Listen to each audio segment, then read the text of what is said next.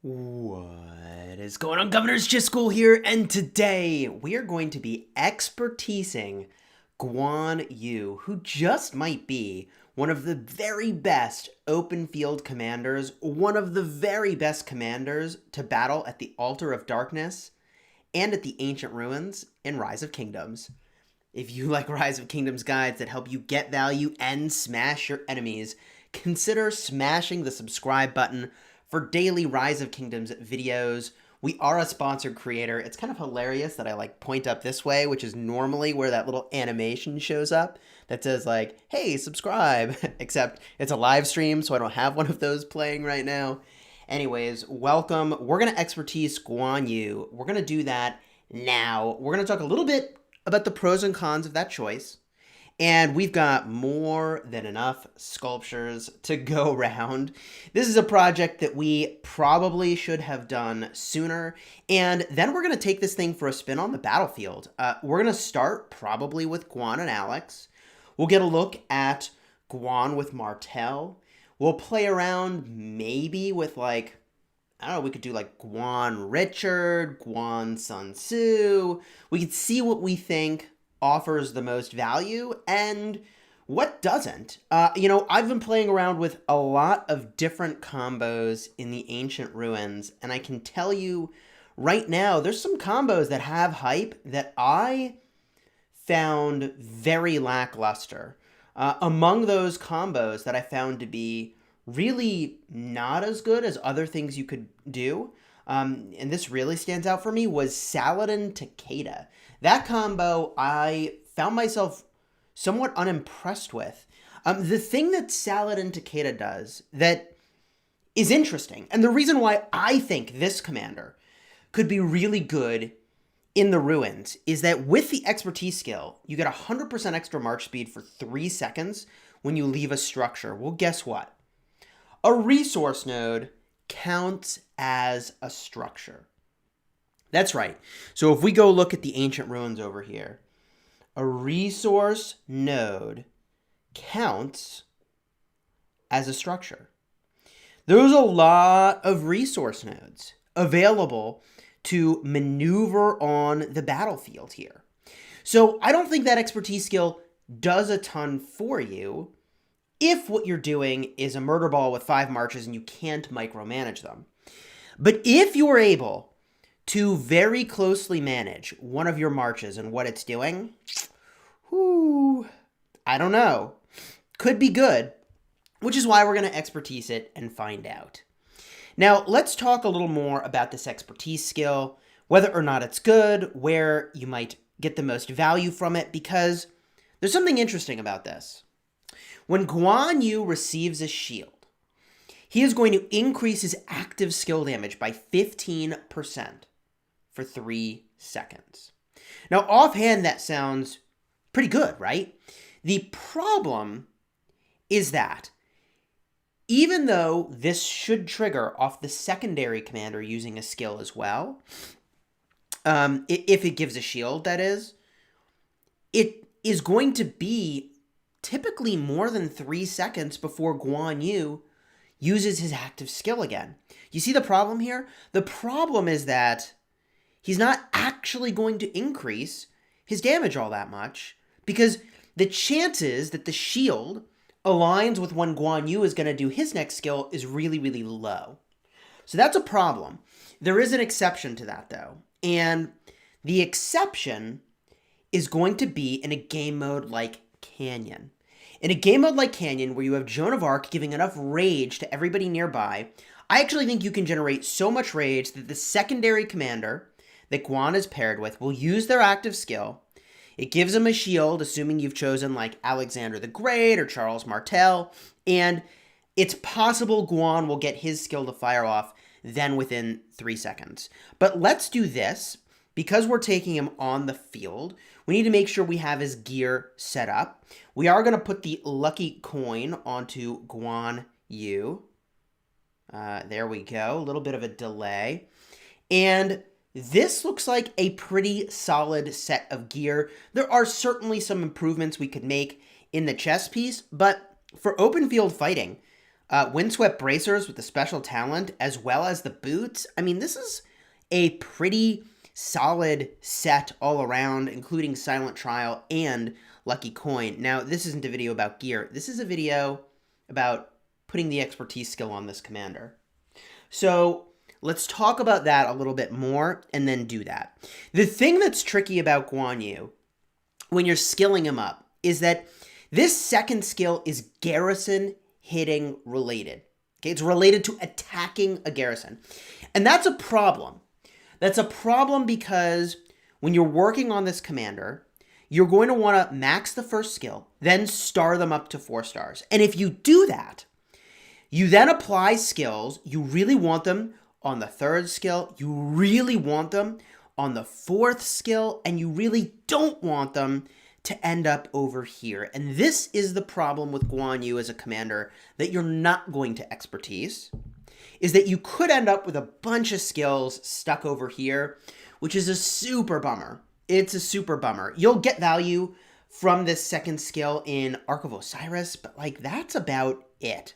The 3rd skill is really good. I mean, I'm excited to get 5% more infantry attack and the 3% march speed bonus, even the 200 healing factor when we leave combat. Let me tell you, with Guan Yu, I will leave combat 5 or 10 times before I need to bring them home.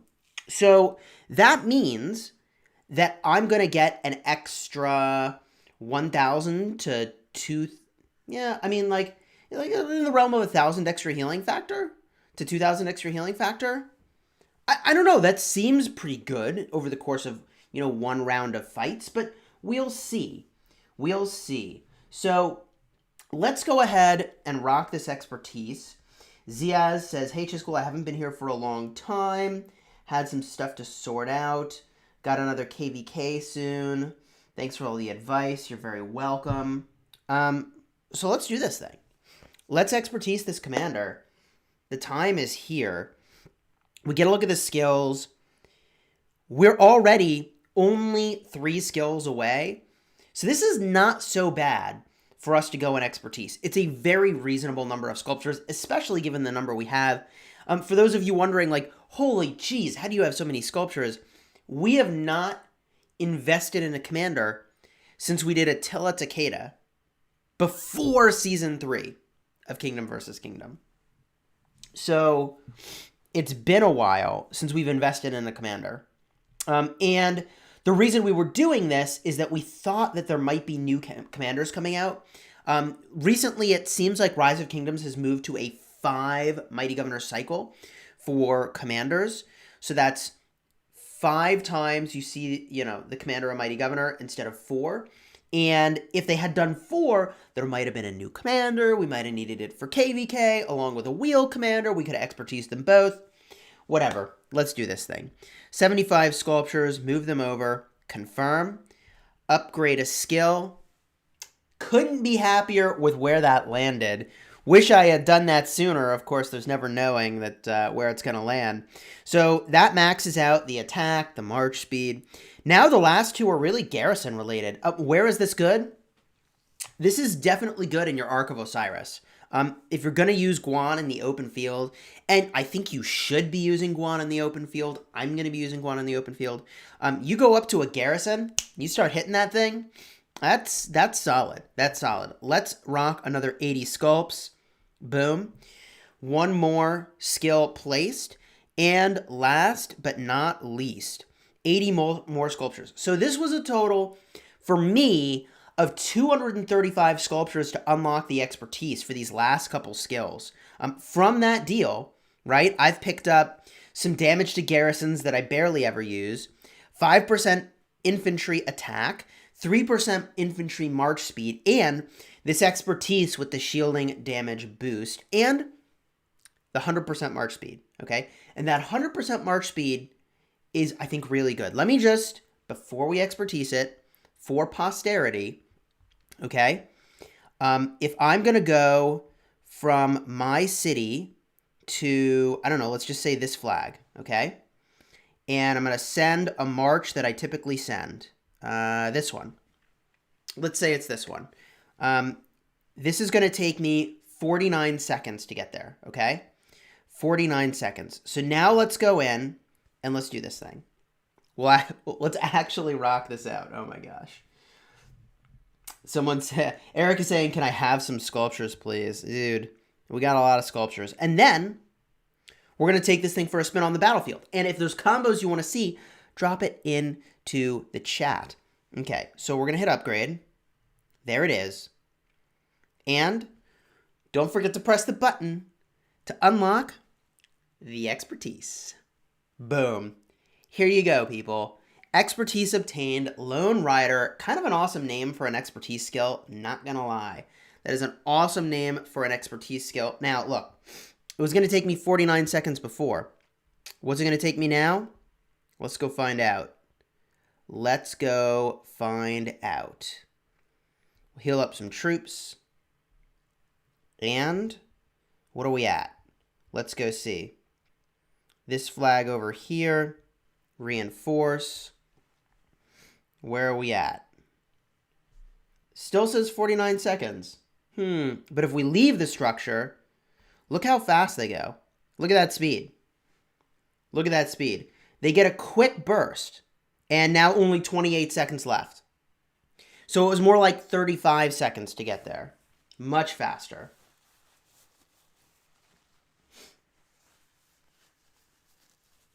Now, you may be wondering, well, Chisgule, what combo is better?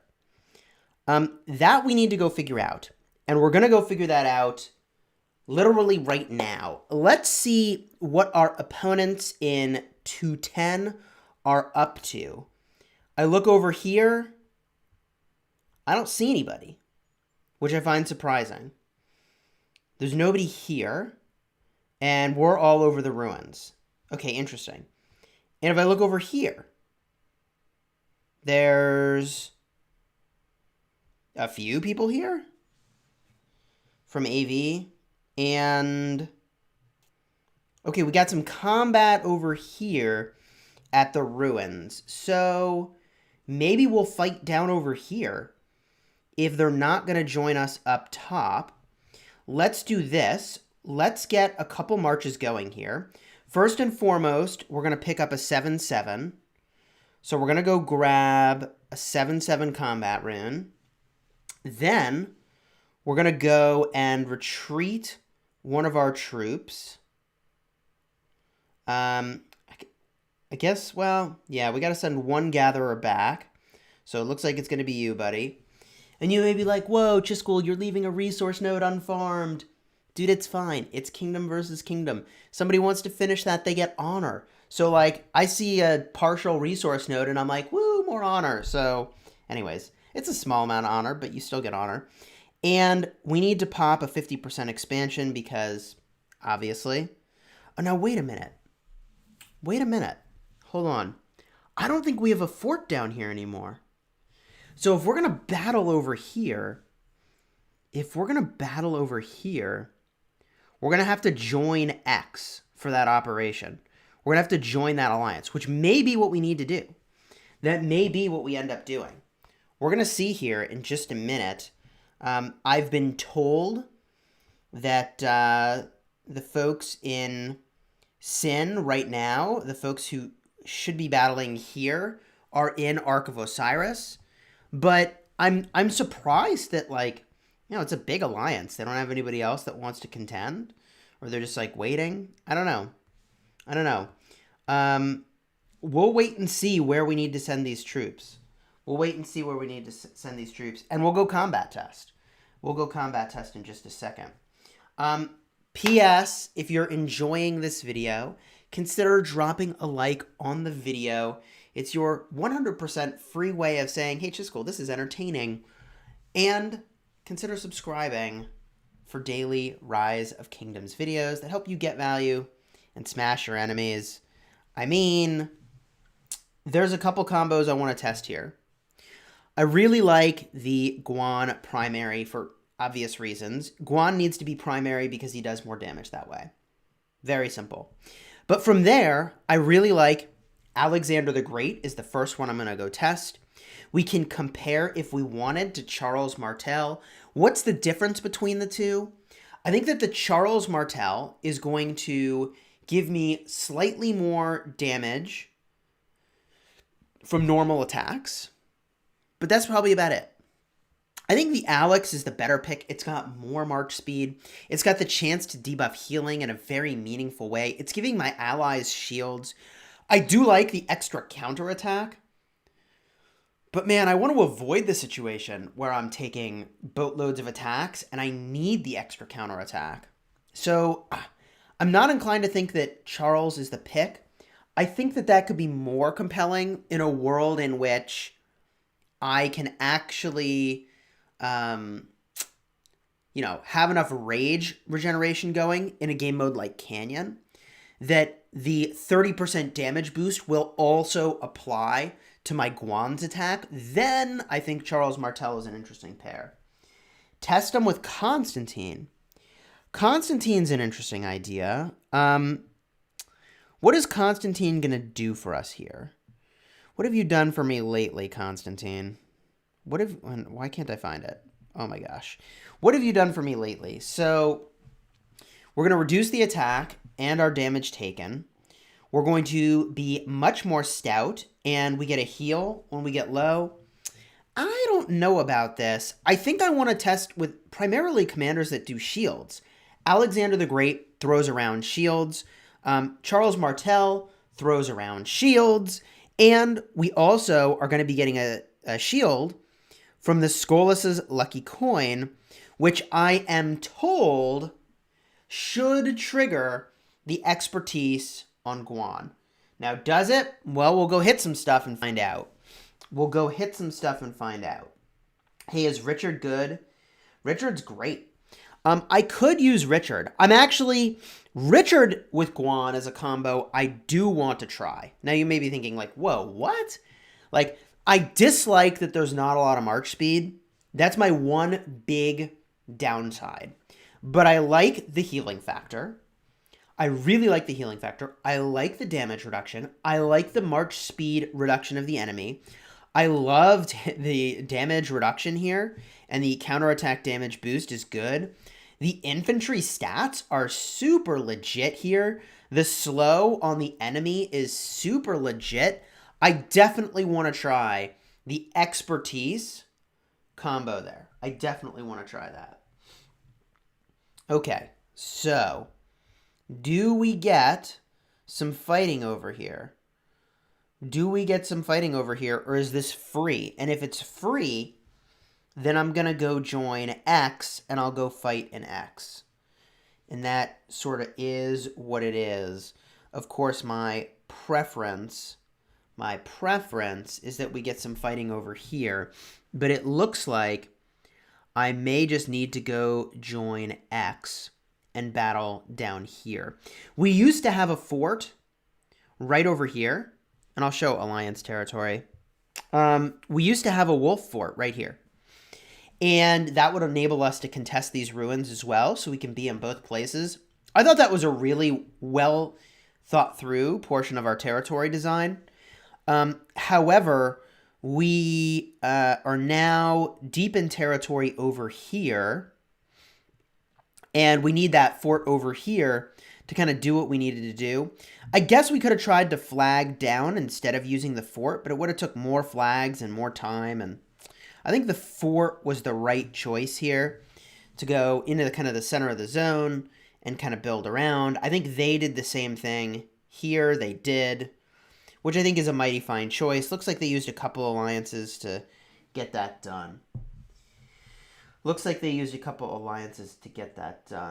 Hello, Chisgule. Another best content from the master. Well, thank you, Melvin. Much appreciated. We're hoping that Sin is going to give us a little fight at the ruins here. We're waiting to see which one they're going to be at, and then we're going to go participate. I have a feeling that we're going to go join X over here. And one thing that we should do is that we should, get our healing going. And so we'll do that now. I'm sure you all know, public service announcement, if you heal in small batches, the helps from your alliance will fully heal your troops, and you don't have to use any speed ups. I don't think that needs to be a whole video, so there's the tip.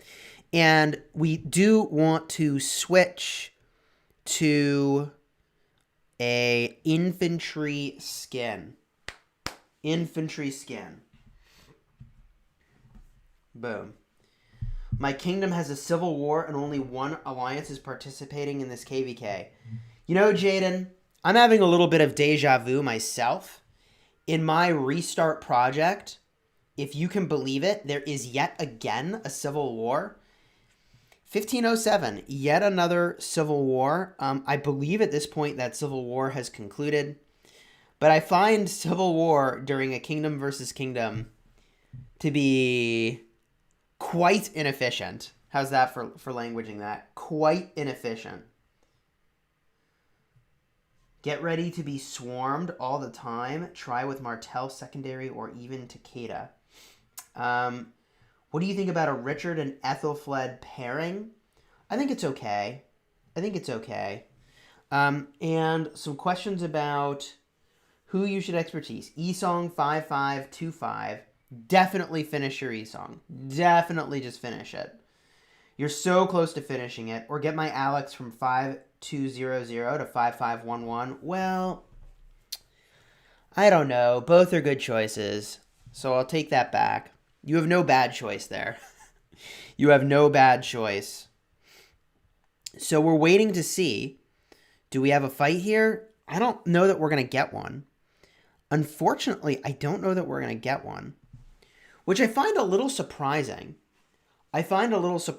Like, here's why I find that surprising. If we look at the honor roll, okay, and we look at the alliances, Sin is currently the number 2 alliance. So I would think that they really want to push on their alliance honor. And the way that they push on their alliance honor is battling at the ruins and taking them. So I would think that they're going to do that. Will we get third? Hard to say. Right now, Kingdom 258 has, I'm pretty sure, ruins for free against Kingdom 96. I think Kingdom 96, who's our ally, has been a non-contender at the ruins. So there's 258. So, yeah, I mean, 96 has been a non-contender, which is a problem because, like, if they had been able to contest those, maybe we would have an easier time getting third in alliance honor, but that is not a thing. Who to max first, Alex or Guan? I'm going to say Alex is a better pick. Alex is a better first pick. Okay, so we're just getting a look around here. Nobody here yet. I hope they will appear and fight. One thing that excites me about the Ancient Ruins is getting this pattern, and I'll show it in just a second here as we continue to slow heal our troops. There should be a button you can push that's like slow heal, and it instantly does that for you. But we picked up this weapon here, Heart of the Saint. This weapon is only available at the Ancient Ruins. That's it. It's the only place you can get it. It's the literal only place. Is this weapon good? I think for defending your city, if you get the expertise skill, it is very good. But I think most players don't need it, quite frankly. And you can basically get the literal exact same volume of stats in a distribution that I think is better on the Golden Age. Why is it better here? Because if you use this and you put it on an archer commander, for instance, my Esong right over here is rocking Golden Age, right? If you do that, I think that's much better because, you know, the cavalry stats you can get other ways in high volume. I mean, this is like the most overpowered equipment in the game comedically is the Vanguard set. Bar none for greens. It's just so overpowered. Akil says, I don't even play this game and I'm watching. That's amazing. I feel like we've hit a milestone if people are watching this video and do not even play Rise of Kingdoms, but they're enjoying watching anyways, thanks for hanging out. Appreciate your being here. I'm free to play. Gems for Wheel of Fortune or books is better for Inv. So, Amr Matar, check out the link in the description for my Ultimate Playlist series. You're looking for my Ultimate Beginner's Guide, and it's going to explain in there whether or not, pardon me, you should gem VIP or you should gem Books of the Covenant. It's got it all in there. So check out my Ultimate Playlist. It's got 0 to 5 million power, I think 5 to 30 million power, and then 30 million to T5. So 3 incredibly detailed guides with chapter markers so you can jump to literally whatever you want in the guides. So far, nobody coming. I might have to join X. And if I join X and I'm going to fight, then I'm probably going to have to teleport to get closer to the action. I'm a little surprised. I mean, like, I am a little surprised. What's the march here? Looks like this player has joined Sin. I mean, I really hope they make a push here, but it doesn't look like they're going to. So, what's my walk time here? Let's find out. Let's find out what's my walk time here. My walk time, and we're going to switch up this combo to be with Alex. This walk time is going to be 5 minutes. Well, maybe we just need to get walking. HS, I'm in my first KVK full archer marches with 5-5, 1-1 E-Song are good at the time of the game. Yeah, that's good. Use E-Song and then Sun Tzu secondary. Use E-Song and then Sun Tzu. Well, I mean, we may just need to go support these ruins to do what we want to do here. To do what we want to do, we may have to go to the other one. So I guess let's start to send a march here, right? We go to boost. We rock a 50% expansion. And we start to march our way down here. And let's make our first combo, Guan and Alex. We'll bring 310,000. Confirm. Apologies if that volume was a little loud. We'll march him down here. Diego Guzman Fernandez. Good to see you. It's been a while. $10 super chat. Morning, Chisgule. I've missed some of your last few streams. So here's $10 to keep them coming. Thank you very much. I really appreciate that super chat. And if you're enjoying this video, folks, consider dropping a like on the video and subscribing for daily Rise of Kingdoms videos. We're going to answer your questions. Daniel Nocera says, should I invest in Richard or E-Song? Again, check out the link in the description for my Ultimate Guides playlist. It will advise to you on which legendary I think you should invest in. There's a video specifically oriented toward what I think is the absolute best legendary commander investment path in Rise of Kingdoms. So definitely check that out. I think it's got the answers you're looking for. Whew. I have 140,000 gems to jump from VIP 10 to 12. Con Wheel is coming. Is this a good choice? If 140,000 gems will get you there, I think it could be a good choice. Because you're going to start getting 2 legendary commander sculptures every single day. And the jump from VIP 10 to 12 is meaningful. Let's see what you get here. 5% gathering speed, 5% hospital capacity, 5% troop attack, and some extra canyon attempts. Then you get 5% defense, 5% research speed, and 5% AP recovery. I mean, that seems pretty good to me. AP recovery is an interesting one. You can think of AP recovery like experience, resources, and gems. AP recovery is really quite good. It's really quite good. All right. Do we need to join X? I think we might. I think we might. They're not coming to fight here. So let's just get a look over here. The alliance has a max number of people in it. Not surprising. Let's go and join X. I'm sure there's a lot of people that would rather like collect free rewards than fight for them, but whatever. And we're going to put a really... Do I want to bring another march here? I don't know. We'll see. Let's do this. Alliance. I am not the leader, so I am going to quit. Yes. And join X. Apply. Let's get into X and let's go help them. Let's go help them. And we're going to try to be a little bit sneaky here, if we can be. I mean, we're live streaming, so like how sneaky can you be really? But, you know, we'll be a little bit sneaky here, battling and supporting here. Has Tickle Fist rebuilt yet? So for those of you that didn't see, 300 million power player Tickle Fist was getting zeroed. And I live streamed it. We were alerted to the fact they were getting zeroed. I fired up the live stream, and we were able to catch the majority of that footage, which is pretty remarkable.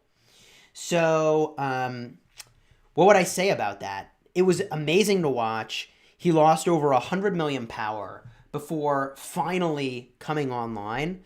And it was just random chance that he did. You know, he was at work, 300 million power players, they got to work to make money. And he is someone that we know pretty well. We've chatted with them on voice before. They were going to join us in Kingdom 51 back in the day. They were the number 3 player by power at the time.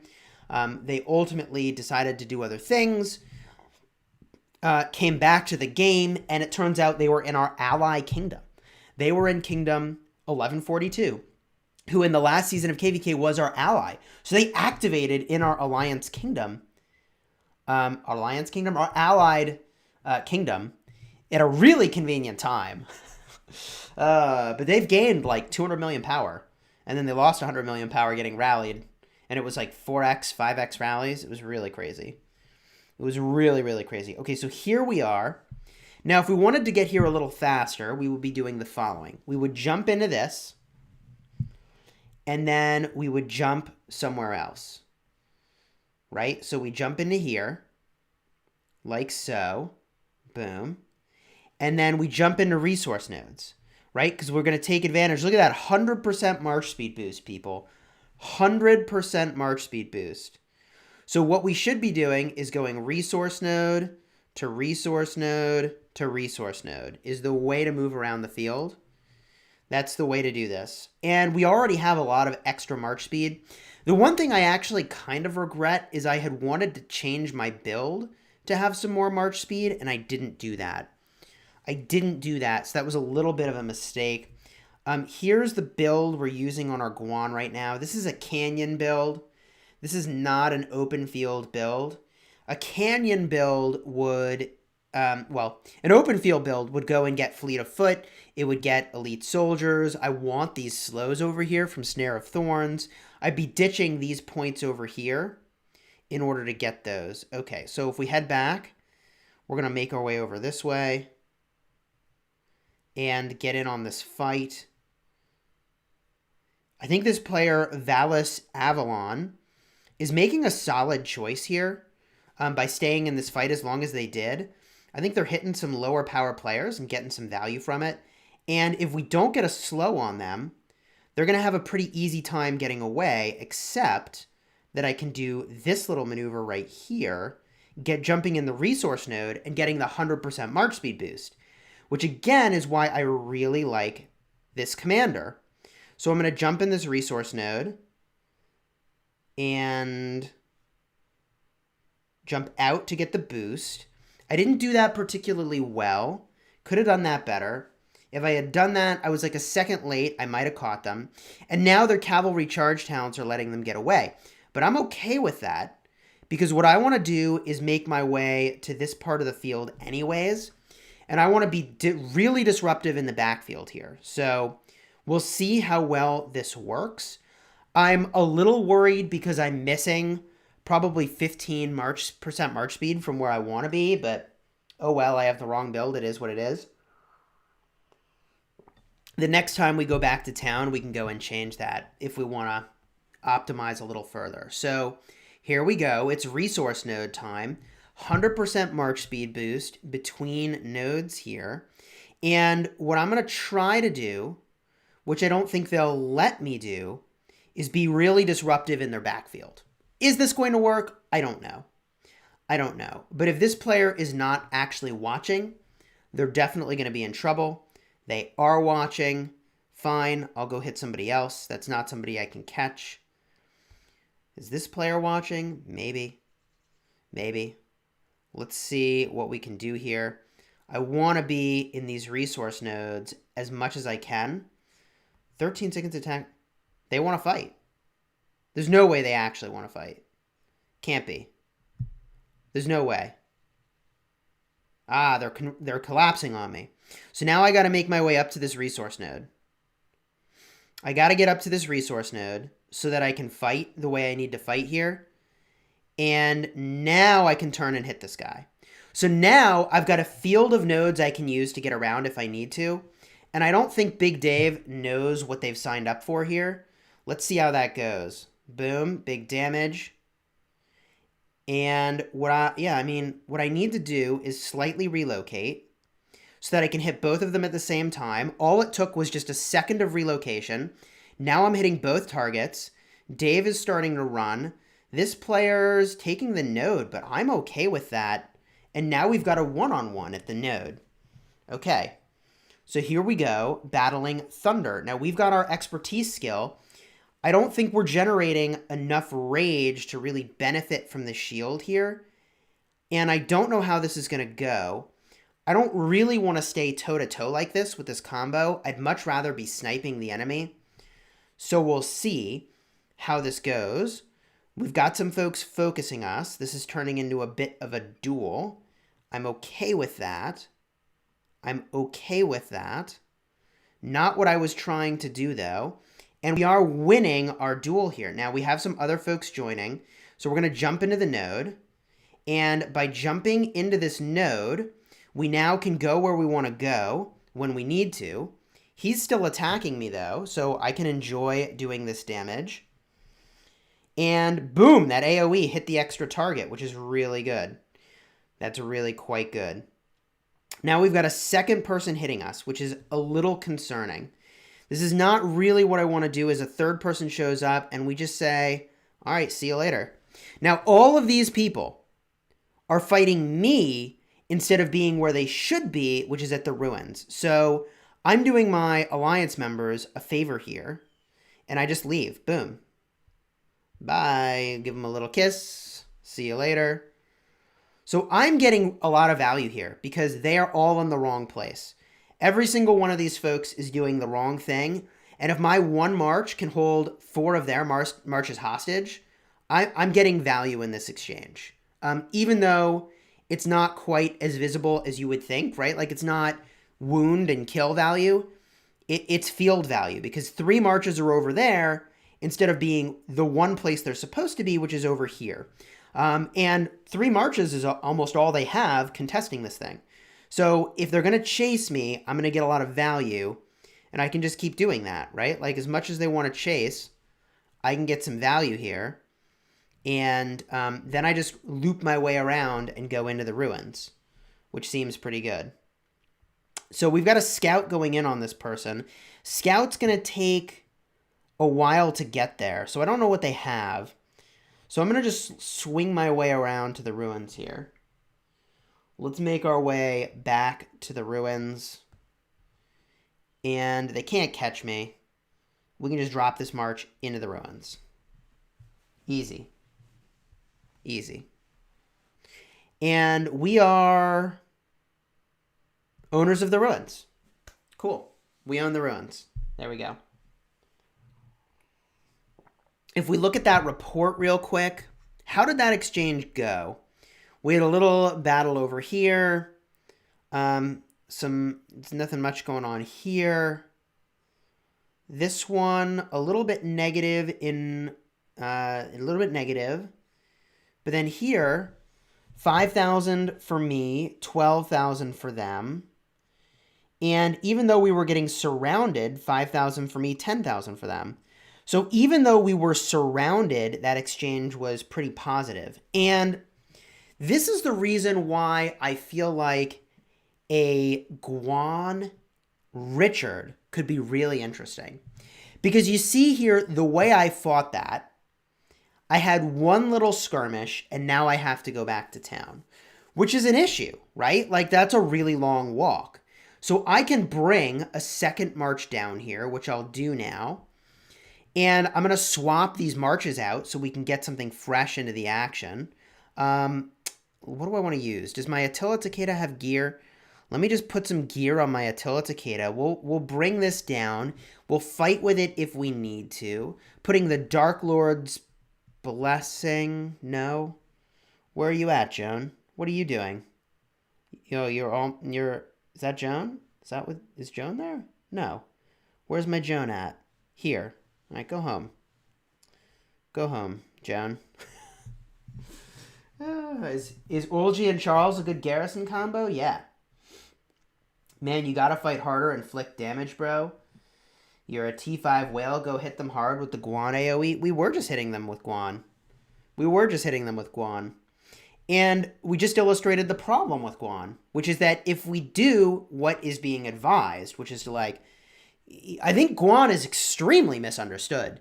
Guan is not a tank.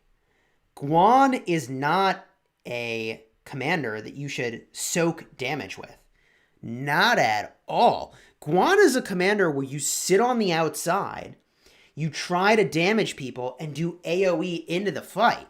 You do not want to frontline with a Guan and soak damage. And that's what I did. I went one-on-one. I should not do that style of fighting with Guan. I wanted to see what I could do, but that is not what you should do. Okay, so to that end, we're going to switch over some gear to Attila. Where are you at, Attila? There you are. We're going to switch over some gear. Equip the gear. Give it some march speed. All right. So we're going to send the Attila Takeda down here. Boom. And we're in combat. What are we hitting? Aha. One of these. All right, cool. I'm good with that. How many waves of bosses do you get in the altar? You get a wave every 5 minutes. That's how that works. And watch the heal here. We got 3,600 heal, 1,000. No, I guess it was a 2,000 heal for leaving combat. All right, well that's cool. So now, I mean, like I said, using Guan in that way was pretty inefficient. The thing that I was trying to do was to kill their weak marches that were on their way home. But there's just not even that many marches here at this point, quite frankly. So I don't know how much testing we're actually going to get. If we look up at Wolf, I'm really surprised Sin is not contesting. I find that somewhat surprising. But okay. Cool. Well, we'll just soak up Alliance Honor here. We'll go help out with this guy.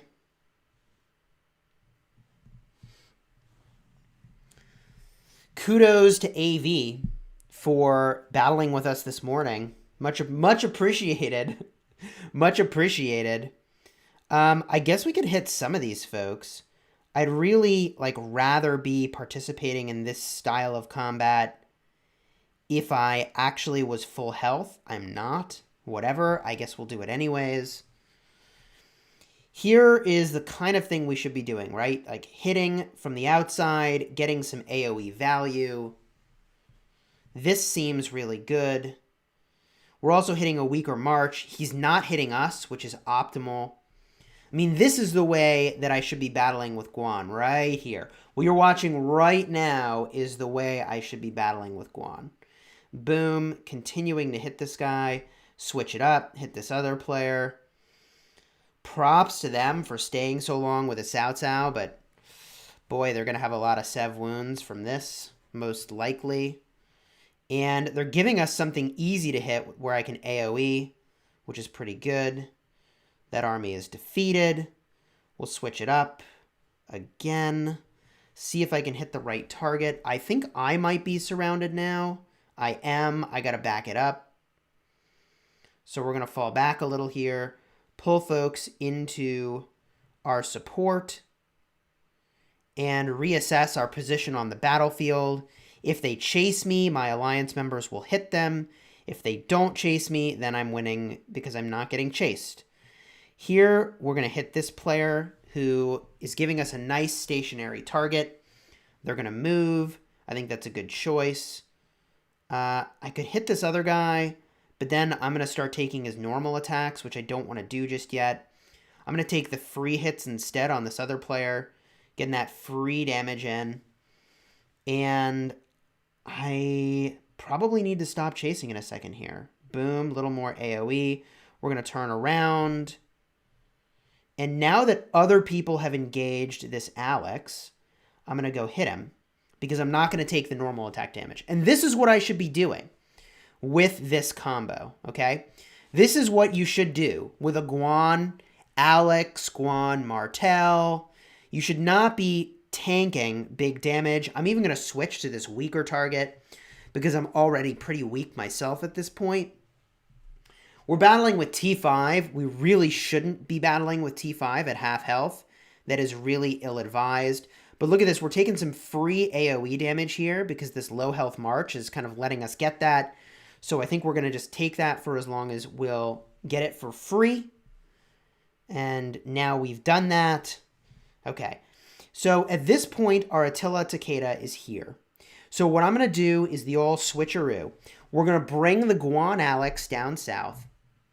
And I'm then going to have it march north, switch in the other march, and we're just going to do a little tag team swap here. A classic Altar of Darkness, Ancient Ruins, tag team switcheroo.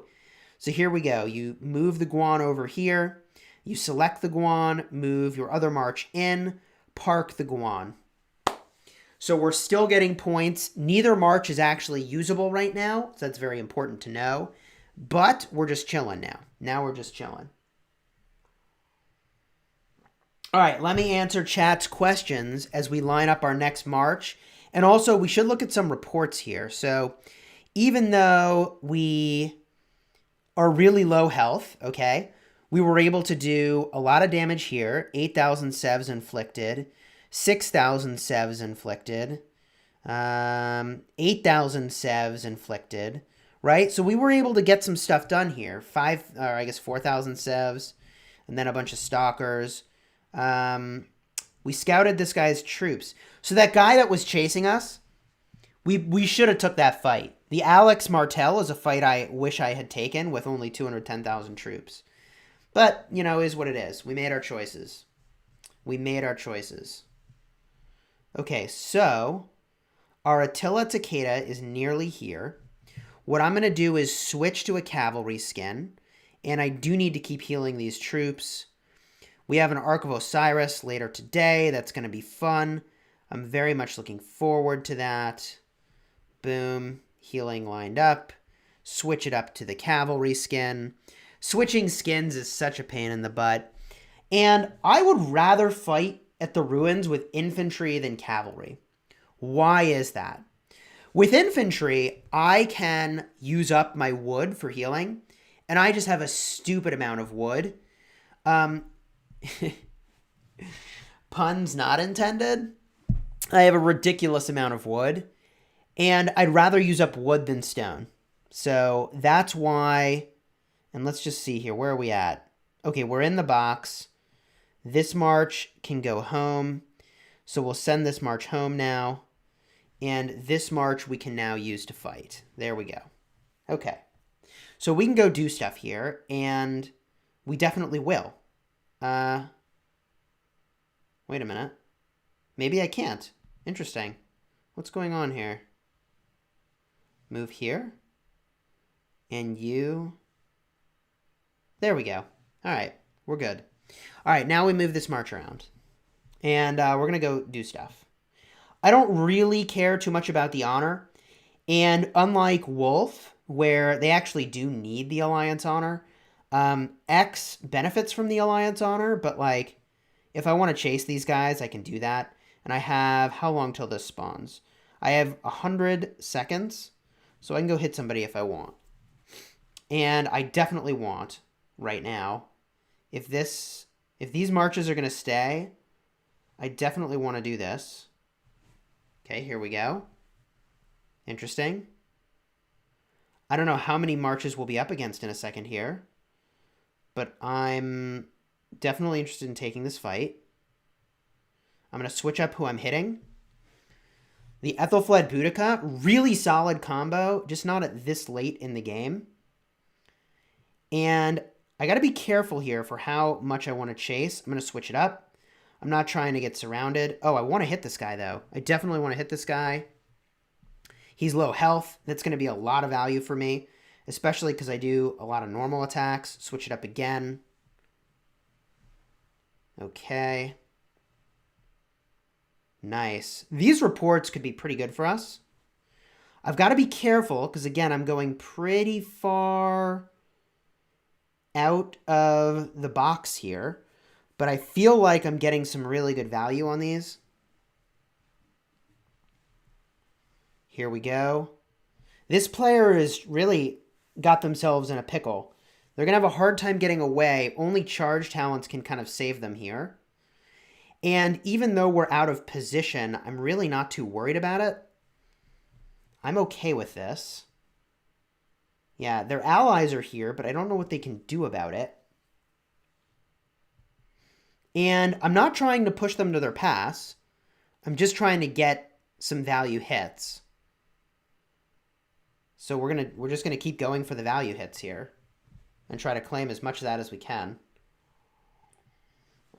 And we're staying pretty healthy here. I mean, we're nearly full health. At some point pretty soon, we're going to start healing from this exchange, which is pretty good for us.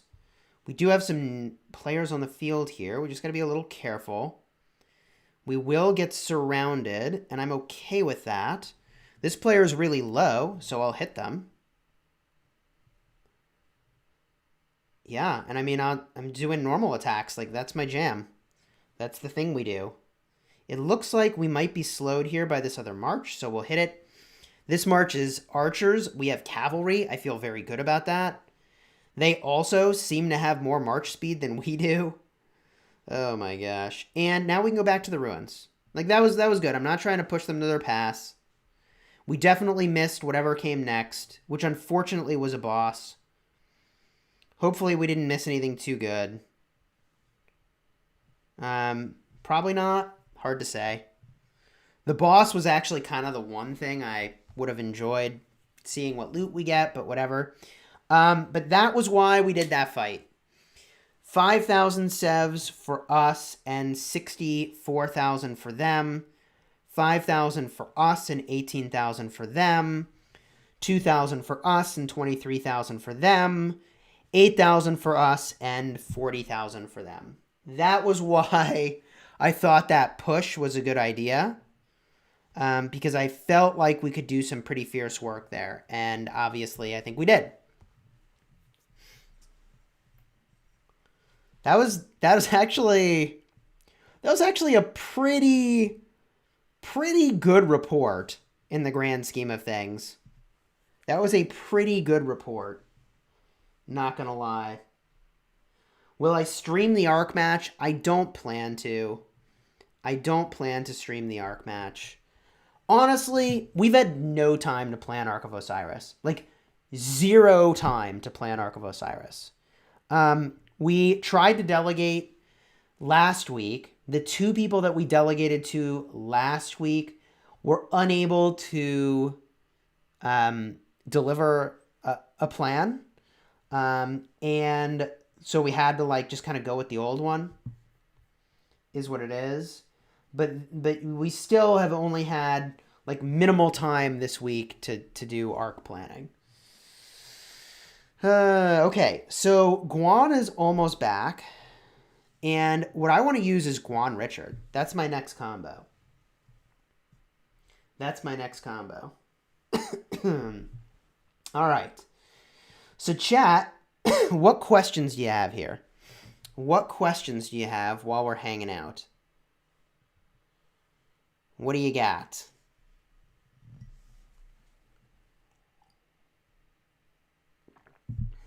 What do you got? Esong better for open field or garrison? Man, Esong does it all. Esong does it all. Our wall is Charles and Esong. It's so good. It's so good. 10 out of 10 would recommend. 10 out of 10 would recommend. If you're not a rally leader or high power player, Attila is useless. I mean, I'm getting value from Attila, obviously. But I don't know. We're not even using a open field build on our Attila, right? Like we still have a rally build on Attila. And I mean, in fairness, like this is pretty good for your first fight in the field. This is really good for Attila, given that I'm trying to hit targets that are not hitting me back. That's really good. The only kind of wasted talents are these couple over here. But this build is pretty beefy. I mean, I don't have a lot of march speed, but man, I hit like a truck. I mean, I hit very, very, very, very hard with this build, which like you obviously witnessed. Why not expertise Constantine? We probably will expertise Constantine pretty soon. Let's just cheers our allies over here. Cheers our allies. Some folks are still fighting over here. Oh, good for them. Good for them. What's going on up over here? Nothing. All right. So folks are just collecting honor. That's cool. And they got their presents. Very cool.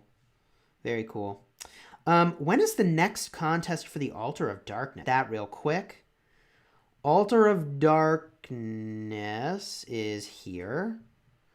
Next contest is in 13 hours. That's pretty late. That's pretty gosh darn late. Do I want to be doing that at 2 in the morning? Probably I'll just be in bed. All right. Alex 5111, Esong 5511, and Charles 5111 plus Sun Tzu. What do I think? I think you should focus on either expertising your Esong or expertising your Esong. Probably expertise your Esong. Probably you need to expertise your Esong. BT Secret says expertise all your legendary commanders. I mean, not the worst plan. Okay, so let's take the combo I really wanted to try. And the combo I really wanted to try is this right over here. And I still don't even have the March Speed build. At this point, I feel like we're just not going to get enough fighting to make it even worth switching builds. But I'm going to bring this down here. And it's a 4 minute and 50 second walk. Is that right? 4 minutes and 50 seconds. All right. That's not so bad. That's not so... Whoa. What is this? What is this? I mean, like, I definitely should not chase this. But I'm going to. All right. We throw an emoji. Maybe they want to duel a little bit. Maybe they don't see me going through the trees. I'm going through the trees. They can't see me. Oh, jeez. I doubt they want to duel. I suspect they'll just jump into this node. Can I catch them? I can't believe I can catch them. Okay, well, this is going to be interesting. They're taking 1,200 damage, and I'm taking 180. I can't believe I can keep up with them. And now they're getting away. Okay. I would have expected them to be able to get away. Like, I would not have expected to be able to keep up with them. And now that he's left combat, look at that. Belisarius action. He's like, Peace, Chisgule. See you later. See you later. Uh-oh. Uh-oh, Ginger Snowman with the cutoff over here. Uh-oh. Oh, boy. In this report, 2,000 to 17,000. Yeah. Want to test your march, says Foxman? No, I mean, I don't want to incur kingdom resource cost loss for no gain. I appreciate the offer, though, Foxman, as always. Chisgule, who's better primary for open field, Sun Tzu or Richard? They're both fine. They're both fine primaries. All right, let's get back in the box. Let's get back in the box.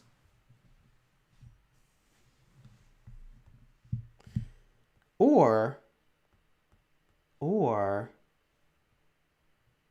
maybe I should just go this way and fight some folks. I like this plan. I like this plan way more. He's got to see me. He's got to see me in the trees. What? Oh, he wants to fight. Oh, no. Oh, now he's going to get out of combat and run away again. Which he should. Which he should. Right? Like, we all saw that first report. He doesn't want to fight this. Well, I mean, he wants to, obviously, but I don't think he should. Okay. Now we've got a little 2-on-1 situation going on here. How's this going to go for us? I don't know. I don't know. He's debuffing my healing as well. I think this is going pretty well for them, actually. We have a lot of counterattack damage. So we'll see how this goes. I don't have the answer. I would like to kind of switch to the other target, but I don't think I can even select him right now very easily. There we go. I can select him. All right, we'll hit the other guy. Try to inflict as many wounds as we can here. Well, this is going to be a big hospital bill. This is definitely going to be a big hospital bill. We are taking out the 1 march. Good thing we're brought a refresh of troops here. We're taking out the 1 march. Okay. And then we switch to the other one.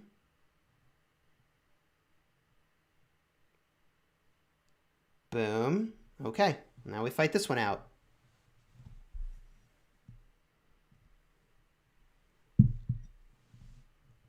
Well, that's funny. He let the weaker guy tank for him and then ran away. All right. All right. I see you. I see you. Let's get a look here. Oh, wow. Oh, man.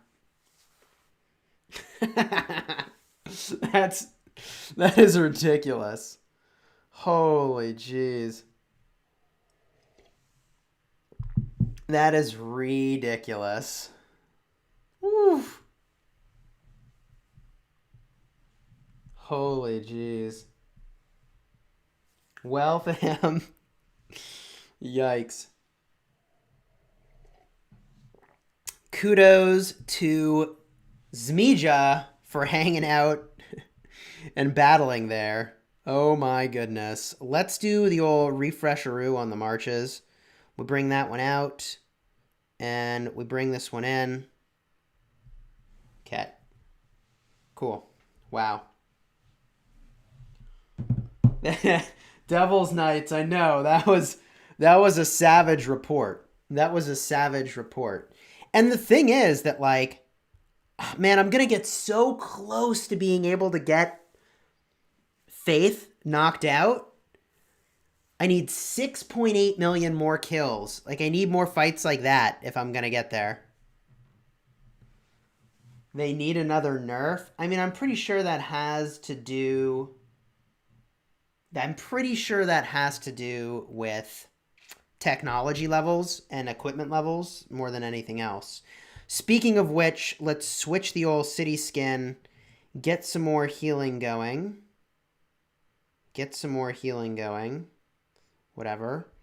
And I don't know. I should just queue up some troops so it's not wasted time. So sure, like an hour and 30 minutes at T4 seems fine. That seems fine. That seems completely fine. Sure. Boop. There we go. And we need to switch that city skin again. We're going to go back to infantry, which is here. Okay. Great. Great. This I'm really interested for. This I'm really interested for. So I'm going to now send this march home. What? Okay, hold on. Camp my march. I can't even move. But that's really interesting. Huh. That's really interesting. They're going to do a cutoff over here. I mean, let's let them hit me. Let's let them hit me.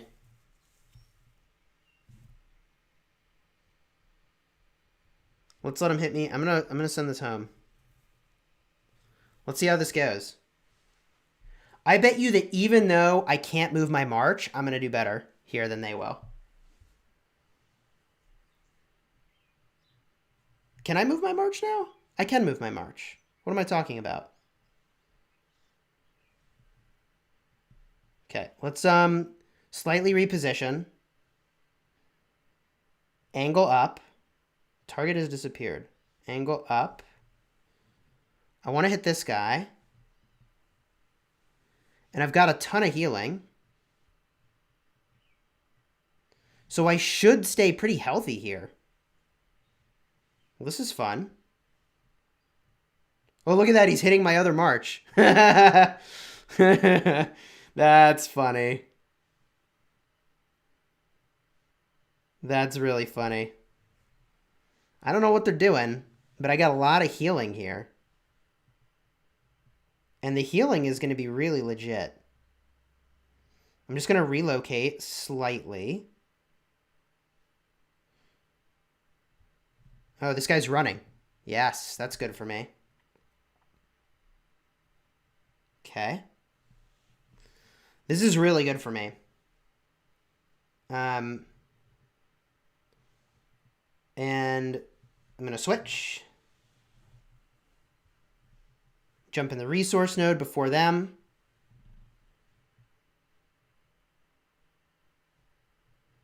Go back to hitting them. They jumped in the node. That's fine. I expected they would. But now we're going to see the power of Guan's resource node jumping, okay? So we're going to go over here. And, I mean, we're just going to keep hitting this person. And because we have the Richard I healing, we're able to... And we have the get out of combat healing, which is really good. They're doing some node hopping themselves, which I think is a great choice. We'll jump through here. And I definitely want to hit this guy if he'll let me. He will for a second, but then he's going to peace out, which he should. Which he should. Both of these guys making a hasty departure here. And look at that. Every time we leave combat, we're getting that huge heal. How many thousands of healing have we done by getting out of combat is pretty remarkable. Okay, and now we'll hit this guy who, like, they'll do some resource hopping too in a second. And that's okay. We just don't have the bodies here to stop them from doing all the resource hopping. Unfortunately, they're doing that right before I get my active skill heal from Richard I. Okay, we'll hit this guy. I'd really like to get in that heal from Richard I. And you can see why Alexander the Great is so good, because there's a chance on a normal attack to do just massive amounts of damage. And sometimes all you get is a few normal attacks. You don't get 2 active skill cycles. Now here I'm going to get a couple active skill cycles, which is really nice. But that's, yeah, we are healing now. We are now actively healing in this combat, which is really good. You can see why I really like Richard I with Guan Yu. It's a good combo in this context. It's a very good combo. Let's see if we can go help out our ally over here. If Bronco... Yeah, that other guy's going to run. Okay. Okay. Look at all that healing we did. We're back up to 288,000. We're looking very healthy right now, which is great. I should have cut a little south here more than I did. I'll try to hit them. I'll get maybe a hit or two. Not even. Not even. Okay. Okay. And that's okay. And that's okay. If I just look over here, 21 minutes left. All right. Where's my march? Over here. Okay, great. Let's go help. I want to hit this player. Gosh bless them. Here we go.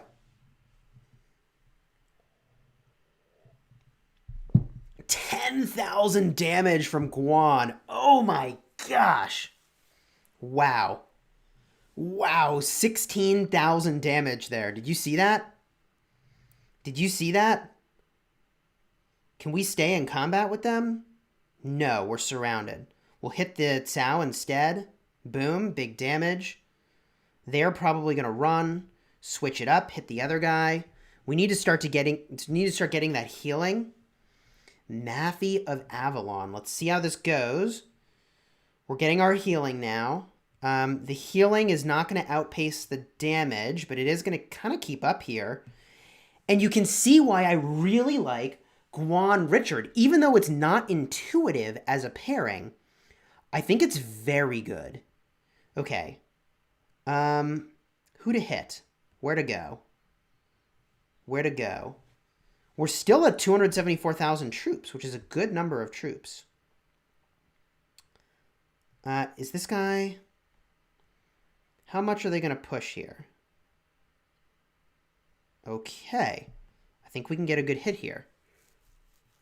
I think we can get a good hit. Not all of them are going to be able to run. I assume. Maybe they are all going to be able to run. Well, I got out of combat. I got a 3,000 heal, which is what I love about this commander. We're going to switch it up here. We are surrounded. I'm going to need to be careful. This is going to be a problem now. And our allies are going to come to help, which is great. We're going to hit all 3 targets with that AoE, which is really quite good. They're positioning behind my AoE, which is really smart. I'm going to back up a little here because I'm taking way more damage than I should. And even with a Richard I, you can see here I don't exactly want to be tanking this. Okay. They've got a lot of people accumulating. I'm going to back up. I have a problem now.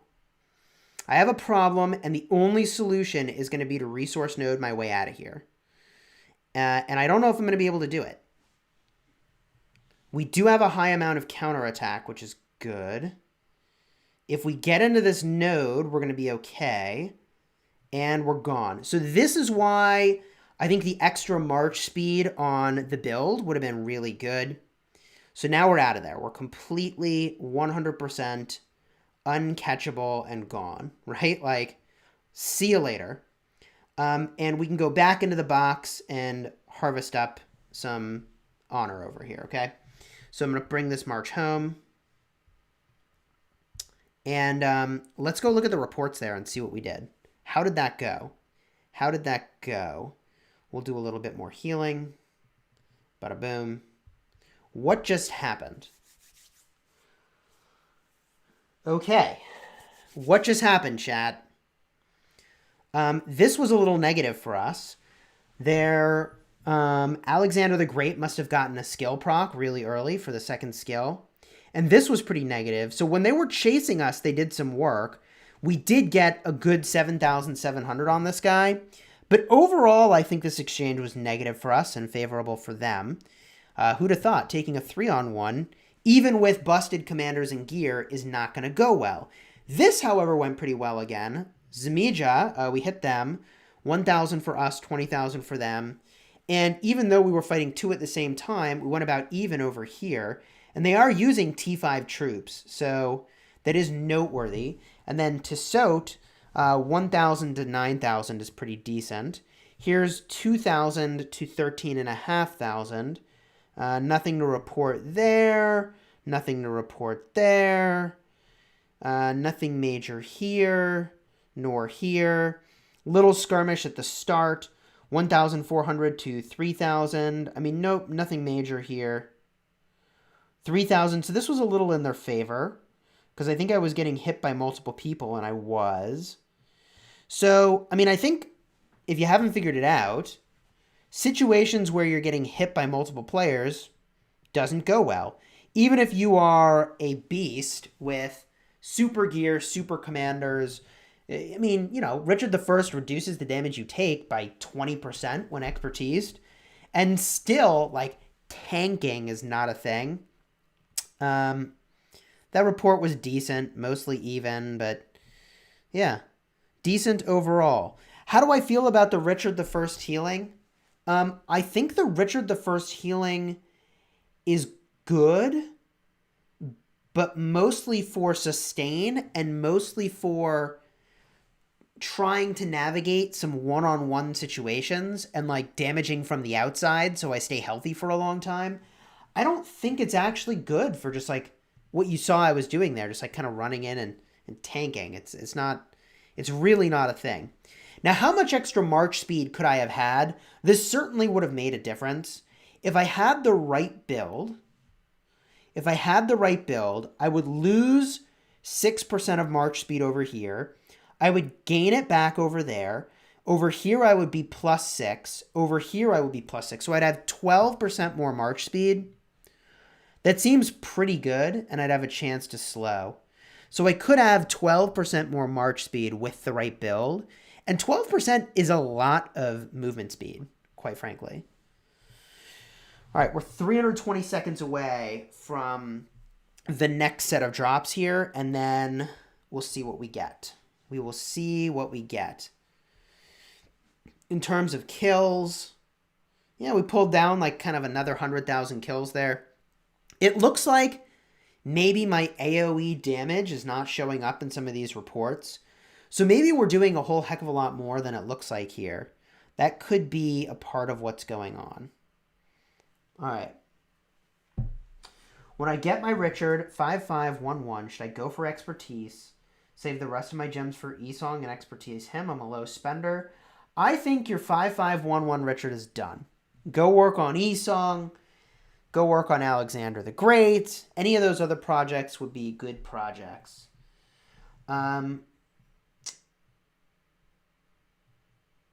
You would do better with Alex or Esong. Could be, Bobby. Could be. If I had done Alex or Esong, I would have done more damage, but I would have been a serious glass cannon. I would have had no staying power whatsoever. So it's hard to say what exactly would have been better there. It's hard to say what would have been better for sure. We're hanging out at these ruins. 234 left here. Cool. We do have this rune. We'll grab it again. I don't think we really are going to need it. The thing we're really going to need... Oh, you know what I should have took is this one. What I should have took is this one. I want that 7% march speed for sure. I definitely want the march speed here. And after that, I guess I go for the healing speed is the play. All right. And have I been helped? I have. I'll use a minute of speed up. That's fine. 1 minute. Boom. Okay. And we're going to have a lot of troops to heal up before Ark of Osiris. We got a lot of troops to heal up before Ark of Osiris, let me tell you. Guan and Esong is YOLO. Yeah, eggs and bacon, member of the channel. I agree. Guan Esong's a cool combo. It's definitely super glass cannon. Super glass cannon. I mean, you basically, a combo like that, expect to be on the outskirts of combat for like 30 seconds tops, like 30 seconds to 2 or 3 minutes, and then you got to go home and swap out that march. Because you shouldn't battle with a march that's half strength like this. That doesn't make any sense. You're always battling into superior numbers. Hey, by the way, if you're enjoying this video, consider dropping a like on the video and subscribing for daily Rise of Kingdoms videos. Oh my goodness. Hey, Chisgule, best pairs for Khan. Khan's a great commander. Have I tried Guan and Leo? You know, Dave, I don't have Leo. I have Leo unlocked. That's the one commander I don't really have. Now, we could talk about this for a second because I think it's interesting. Leonidas, really solid, like the health gain, like the damage, obvious synergy with Guan, elevating the damage here. Next skill, speed of rage gained, really, really good, like the synergy there. Here is where it gets a little weird. When the army has been reduced to less than 50% strength, in my opinion, if the army has been reduced to less than 50% strength, you should not be on the field anymore. So this is like a skill that's not even there. You know what I mean? Like it doesn't do anything for the way that I do combat. The next skill is really good. You know, the damage boost is really great. And the expertise skill also completely irrelevant for the way that I do combat. Really good in Canyon. Really good in Canyon. Not at all relevant for how I do combat here. So I think it's fine. Everyone swarms Guan immediately. I have Guan and Leo, and they work very well in the open field. I would say that, like, in Ark of Osiris, Guan Leo would be good. But even then, you're kind of missing some march speed, you know? Even then, you're kind of missing some march speed. Let's head over here and see if we can't find somebody to hit. I'm a little surprised here. I'm a little surprised that we're going to get this hit. Okay, they're running. That makes sense to me. I don't know if they're going to be able to run away, though. I guess I should have been closer to the combat. I'm missing a lot of march speed here by having a Richard secondary. I think these guys are definitely on their way out here. And I think they're going to be fast enough that I can't catch them. Oh, and there's the boss. This is the thing I didn't want to miss. So I'm going to flip right back around here and see if I can't even do some healing off of the boss. So let's converge on this and see what we can do.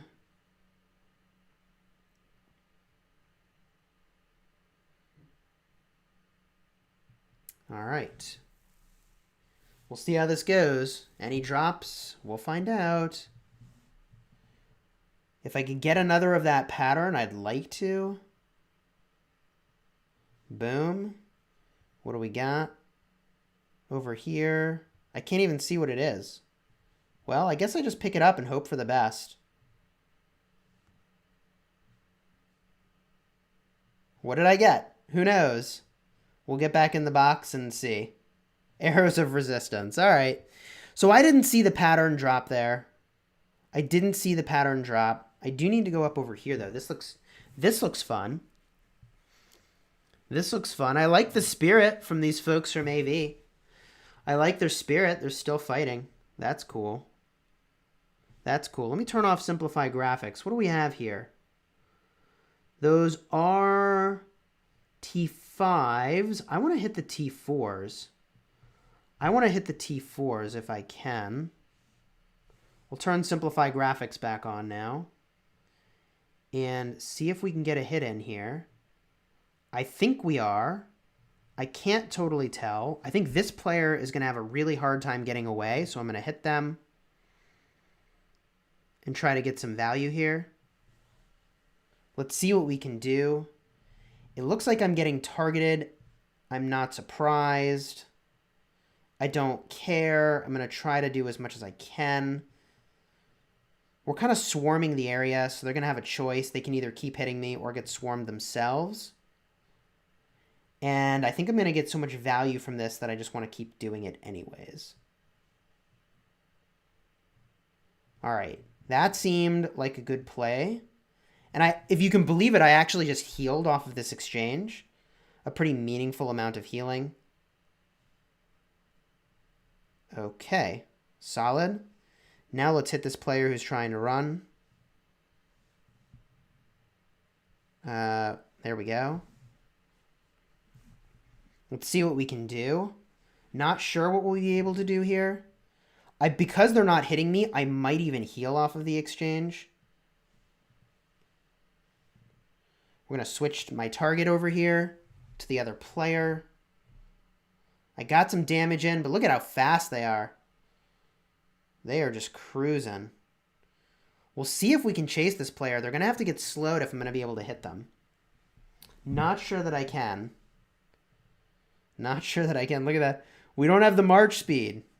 But now we hit them, and I would think that our Richard I will apply a slow here.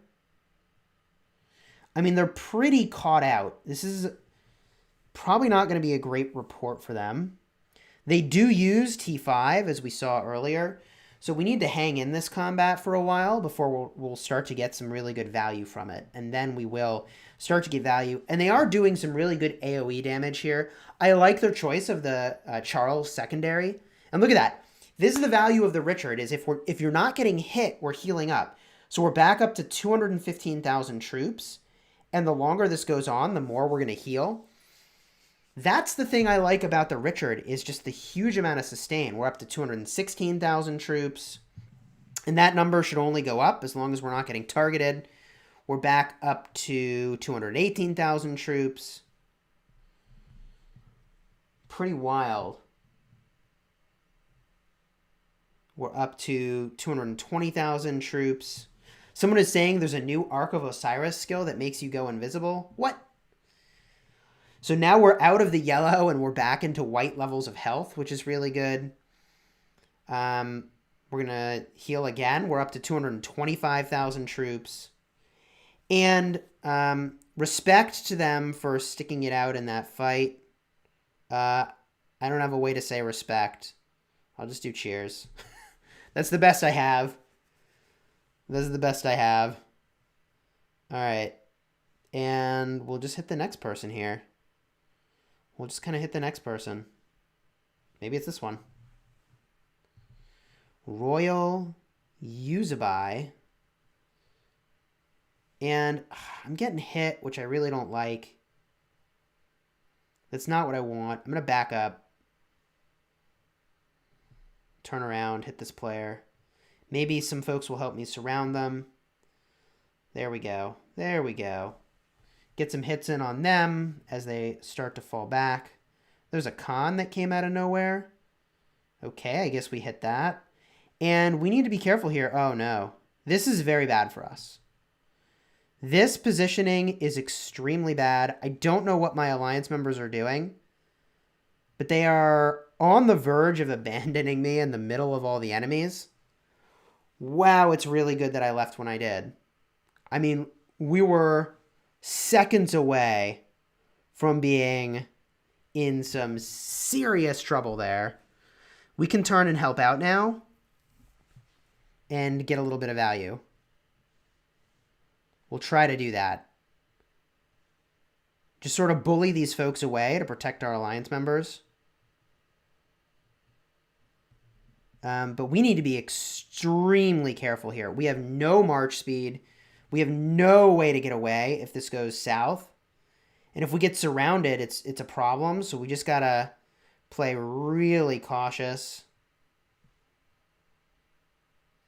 Maybe try to hit this guy if we can. We can. That's good. Just got to play really cautious. I got to switch to the other side of this. There we go. Boom. Little relocation. Uh-oh. Can't see what I'm hitting. That's awkward. Maybe. Okay, we'll hit this guy. Just got to be really careful. Because it would not take long for me to be completely surrounded here. I don't know why the folks that that are here are being so skittish and not taking the fight here. Obviously, that's not working well for me. So, I don't know what's going on. I'm just going to fall back a little bit here, I guess. But I can't tank. Even with this march, it's not a tanky march, if that makes any sense. We'll try to do some work over here on this player. We'll get a free skill attack. Big damage. Gotta back it up. Boom. Get a heal. Back up. We're surrounded. Okay, we'll fall back. I'm still finding myself surprised that folks aren't helping. I guess they just want the honor, but I don't know why. We'll try to do a little damage here. There we go. Some folks are activating. All right. All right. Here we go. Here we go. Let's kind of stay on the edge. Do some damage where we can here. There we go. Good damage. Good healing. I don't know if we can heal back up at this point, though. Maybe we can. Maybe we can get healthy again. We just got to be real careful, or we're going to find ourselves on the front line of this. Which I think we've done now. I got a couple people chasing me. Yep, I got to fall back.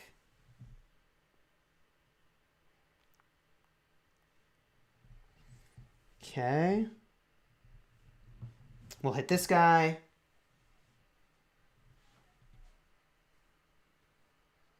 Nice. We're pretty low. I guess we just got to soak honor for 30 seconds or whatever, and we'll send this home. How do those reports go? Let's find out. 1,000 to 6,500. Yeah, this one was a little negative. Yeah. Yeah. Overall, a decent report. Overall, the first one's pretty decent. This one, pretty good. 4,000 to nothing. What else do we have? Anything? No? This report's decent. 3,300 to 12,000 is a good report. And I guess this player we were just hitting with AoE, which is pretty good. 3,000 over there. Pretty decent. This is a good one. This was a good chase. 1,500 to 18,000 was pretty good. That's pretty good. So we're trying to up our kill count here. We'll see what we can do. I mean, this March is half health. I gotta send it home. I gotta send it home. Okay. Who should be the primary between Charles Martel and Alexander the Great? I like the attack tree on Alexander the Great. And the reason I like the attack tree is that you could do something like this. Or actually, if you're using Charles Martel as the secondary, I would definitely get Martial Mastery. Because they're going to do all normal attacks. I mean, it's all about normal attacks. So I would get the Martial Mastery. I would even consider Fight to the Death. I don't know how you would get there, though. You need a lot of points. Like, you could take 4 points over here and 4 points over here. You lose some march speed, but you would gain 6% damage dealt over here and 6% damage dealt over here. That seems really good to me. The 12% extra damage seems really good to me, quite frankly.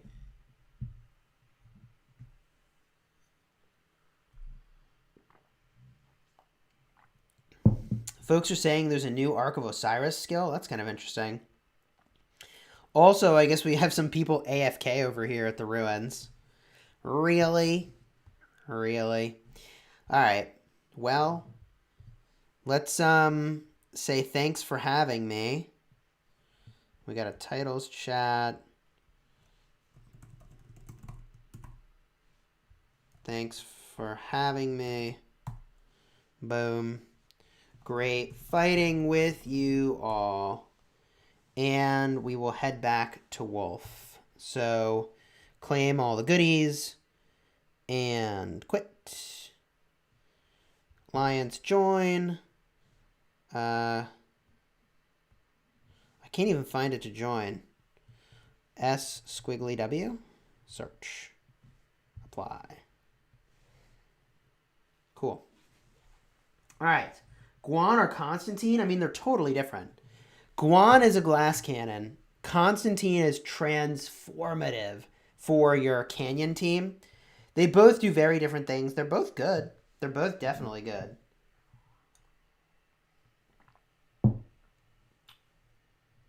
I have a question about skill mechanics, says Eggs and Bacon. Would an active skill like Leo's, for example, with the 50% additional damage part, also work when primary? Yes. I think so. Let's get a look here. Leo.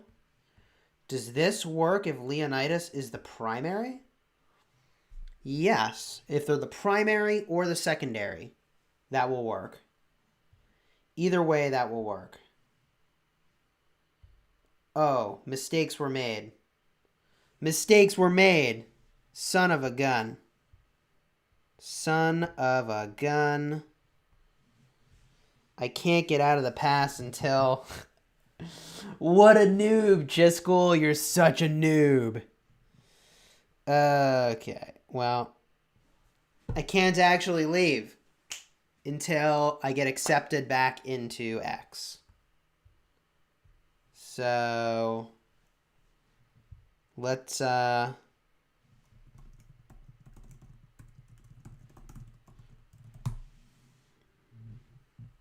a message here. Let them know I'm stuck at the pass. Please let me through so I don't get killed by some folks probably coming to the pass. There we go. We're out of here. Lol. Lol, I am a noob. Okay. Pro tip, leave the ruins area, then quit the alliance. All right. That's hilarious. Boom, boom. Oh, nope. Cancel that. Search is what I wanted. Apply there. All right. All right, now we're back at wolves. Son of a gun. The last part of the skill? The last part of the skill? So the last part of the skill, while the shield lasts, increase the attack of your own infantry troops by seconds. What about it? Foxman, I'm good on resources. I'm good on resources technically. I should be able to heal up here. I'll go like this. I hit heal. I mean, I'll use some tokens here, but I got tokens. Who knew all that resource farming I've done has kind of paid off. All right, so the real problem is that we have got a lot of healing to do, and I need to go get the healing rune, and I'll be healing in small increments. I'm probably just going to use speed ups, honestly. The first skill on Leo works if he's the primary, but you're only going to get the bonus if some other army has hit them, because presumably you're not going to be generating so much rage that you would have a debuff still left around from the secondary commander. So you can totally use Leo as a primary and still get the advantage of the 50% damage boost, but you'll just need some other set of marches to have done that work for you. And we refreshed our rune. There's the healing speed. And I'll knock on wolves again. Knock, knock. Who's there? Uh-oh. I'm not in an alliance. There we go. Kingdom chat. Knock, knock, wolves. Okay. Well, whatever.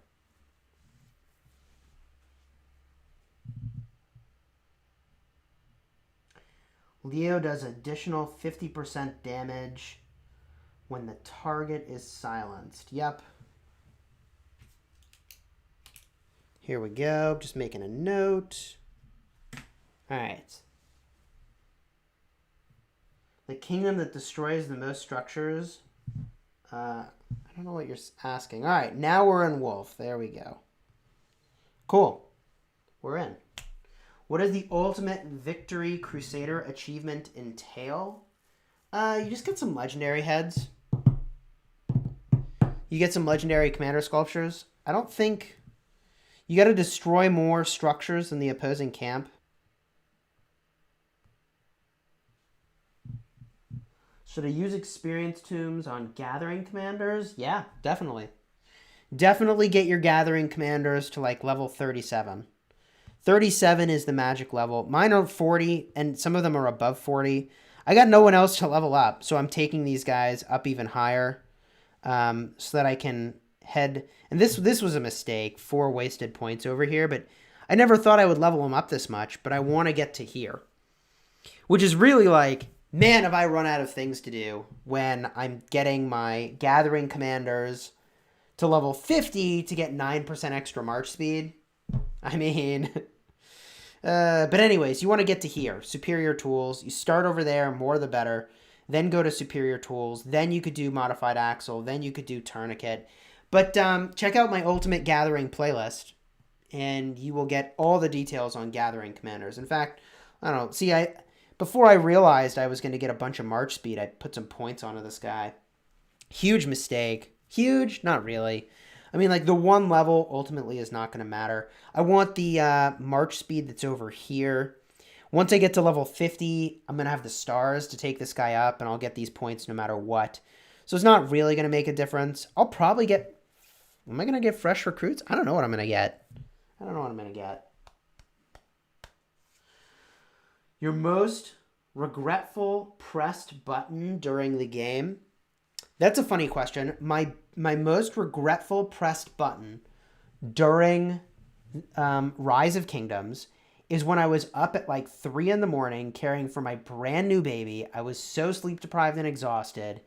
Instead of pushing the build button, I pushed the gem button for my wall, and it used up like 60,000 gems on my restart project, like that. And I was like, I just wasted gems on the wall. And the thing that I think is really gross about that is that it uses up your gems in the absolute least efficient way possible.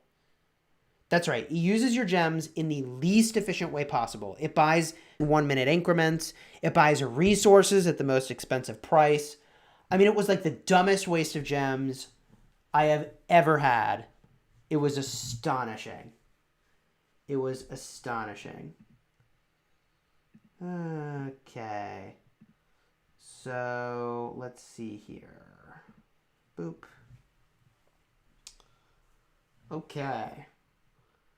Good afternoon. Who should I max first? Richard or Constantine? Both are really good. It depends on what you're doing. I personally don't have a Constantine, so it's a little hard for me to say if like Constantine or Richard would be better. I like the idea of Constantine, but if you haven't done Alex, I feel like that would be even better still. That would be even better still.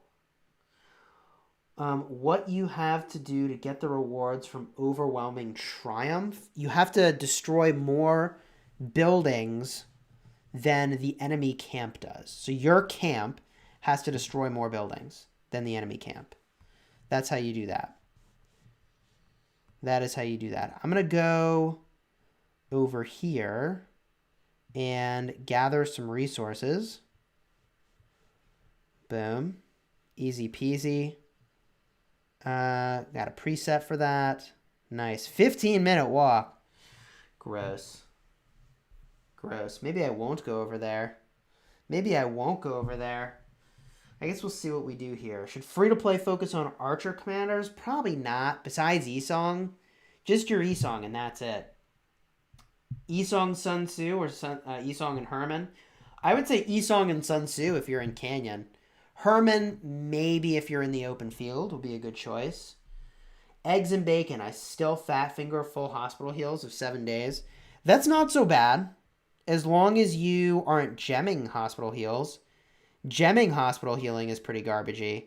That would suck. Gemming hospital healing would be the worst. Any other new games that I want to cover? You know, I haven't seen one in a while. I play World War Do. I do really enjoy World War Do. But I haven't seen any new games I want to cover. There was one I thought I would want to cover, but I have not been impressed by the end game that it has. So much so that it's just like, I thought this game was going to be really good, and it is not. And it really is not.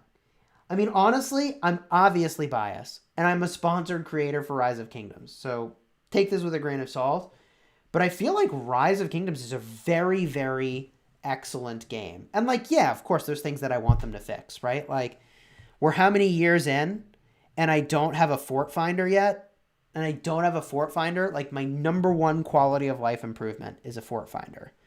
But there are things that they do to improve the game. Like, we used to have, how many presets here? 1, and now you could have 15. Or I guess it's 5, and now you could have 15. I don't know. I mean, they do stuff, you know, to improve the game, and I'm pretty happy about that. Who's better, Sun Tzu or Charles 5311? Or Sun Tzu and Osman Maxed? They're both about even, in my opinion. I think you're going to get more damage with the Osman and more tankiness with the Charles. So that's how I would think about that. Resource assistance from Foxman. Oh boy. I better not teleport anywhere. Ooh, a gem node finder. Yeah, that's a cool idea. All right. Nice. Hey, if you're enjoying this video, consider dropping a like on the video and subscribing for daily Rise of Kingdoms content. We've done some pretty cool stuff in this video. We battled at the ruins. After, we went in and we expertised. That's right, expertised Guan Yu. We finally did it. We were overdue for this. We've got some pretty sick gear on our Guan. I suppose we could start to cycle some of our gear back onto our team that we use in Canyon. So I'm going to take the Dark Lords and the gloves and some boots, drop them back over. We're going to put our coin back onto our Ethelfled. And you may be like, whoa, Chisgule, like, why would you take the coin off of Guan? Many people don't understand this of the lucky coin. Chance to gain a damage absorbing shield for 2 seconds when attacked. So unless you're tanking with your Guan, you're not being attacked, your coin is no good. So my Ethelfled is tanking. It's the one that should have the coin. We look over here. Our Esong does have gear. If we look at the next commander, our Richard's got his gear. Our Guan's got his gear. I think we're good to go. Now we're good to go. Nice. Is Guan Yu better than Alex in the open field? They're very different. I would say that Alex is a better priority than a Guan. I would say Alex is a better priority than a Guan. Guan is really good, but Alex, I think, is a better priority. The thing about Guan is that he's just a glass cannon. So, yeah, you'll go out there with your Guan, you'll do some stuff for all of like 30 seconds, and then you have to go back to town and heal. You know? So unless you have some other commander like shielding or doing something else to protect yourself, I don't know, dude. I don't know. You could open yourself up to a world of hurt and a very short-lived run at the ruins, which, like, is fine. I guess I farm this because it's close, but I do it begrudgingly. I farm this very begrudgingly. Foxman says, oopsie, I might have sent a little gift for maxing Guan. Much appreciated. Much appreciated. What's the best pair to use with Esong Open Field Kingdom under 100 days low spender? It's going to be Esong and Sun Tzu. Esong and Sun Tzu are going to be huge damage. The AoE is going to be amazing. If you want March speed, use Herman, but Herman is a low priority, in my opinion, for expertising early in the game in Rise of Kingdoms. Of course, if you want my detailed opinion on that, check out the video playlist linked in the description. We've got that fully described there. Just use 3 minutes to speed up, whatever. Our ultimate playlist is what you're looking for. That'll have everything you need for initial commander investments in Rise of Kingdoms. All right, that's a good amount of troops. Heal that up. Make me jockey for your account. Nitin is VIP 7, solid. If you already save on VIP 6, save the gems. How many gems do you think I need to get Alexander to unlock? I'm sure you could do it with less than 20,000 gems to unlock Alexander the Great. You might have to do it across like a couple wheel events, but you could definitely do that. You could definitely do that. How many days in will there be an Esong wheel? About 100 days. My first max commander was Scipio. I thought he looked cool when I started. Nice. Healing rune at the Zig. Thank you, Vocera. We do have the healing rune. We do have the healing rune obtained. Devil Hachibi, hello. I missed a Richard wheel. Can I get him again? You can in the Card King. I think we have a Card King soon. If we just look at the event schedule, I mean, there's some pretty cool stuff lined up here. We have Soroli Crisis really soon. I'm very much looking forward to that. We've got Ian's Ballads again, which I'm definitely looking forward to. I'm feeling pretty good about that. In terms of the Ian's Ballads gear, I'm most excited for the Revival Helmet, specifically to put on archers. I guess I could do infantry as well, but infantry you already can get 4% attack with the Iron Helm. So the Revival Helmet's really good. I could get up to 5% defense there. Right now I'm using an Expertise, or I guess Special Talent, Helm of the Phoenix. So that is giving me 3% defense, but 5 is obviously better. When you get the set, you get 2% attack, and the chest piece is also really good here. 5% archer attack on the chest piece. So, you get the Special Talent Chainmail, you have 4%. If you get the Revival Plate, that's 5% archer attack. But if you go for the Special Talent, I mean, you could get an upwards of 7% archer attack, plus the 2% bonus is really good. I mean, you could get a really nice set of archer gear going. I feel very good about that. Hey, Chis, in your guide, you recommend to work on a lot of infantry commanders after maxing Esong. Would you recommend to focus on infantry in general if you're free to play, or is Cav better? They're both cavalry and infantry are good. In terms of unlocking your first T4, it should be cavalry. But in terms of unlocking your first T5, that's going to depend a lot on like where you've invested in your commanders and which commanders you have in a good position. I actually expect it would be your infantry will be in a better position, quite frankly. So I know that doesn't exactly answer your question. You got a lot of choices there. And I don't think there's a bad choice between cavalry, which you're going to use for barbing all the time, and infantry, which like you're going to use all the time in Kingdom versus Kingdom defending stuff. People might even be rallying with it if they're using Alex and Martel as a combo. You got some choices there. What secondary commander is best paired with Pelagius, Baibars or Belisarius? If you need AoE damage, it's Baibars. If you're hitting a single target, then it's Belisarius. That's how I would think about that. Which legendary can I have as a primary for Esong and Genghis? It should definitely be Khan primary. Khan needs to have all cavalry, so Khan has to be the primary in that configuration. No question about that. All right, keep up the healing here.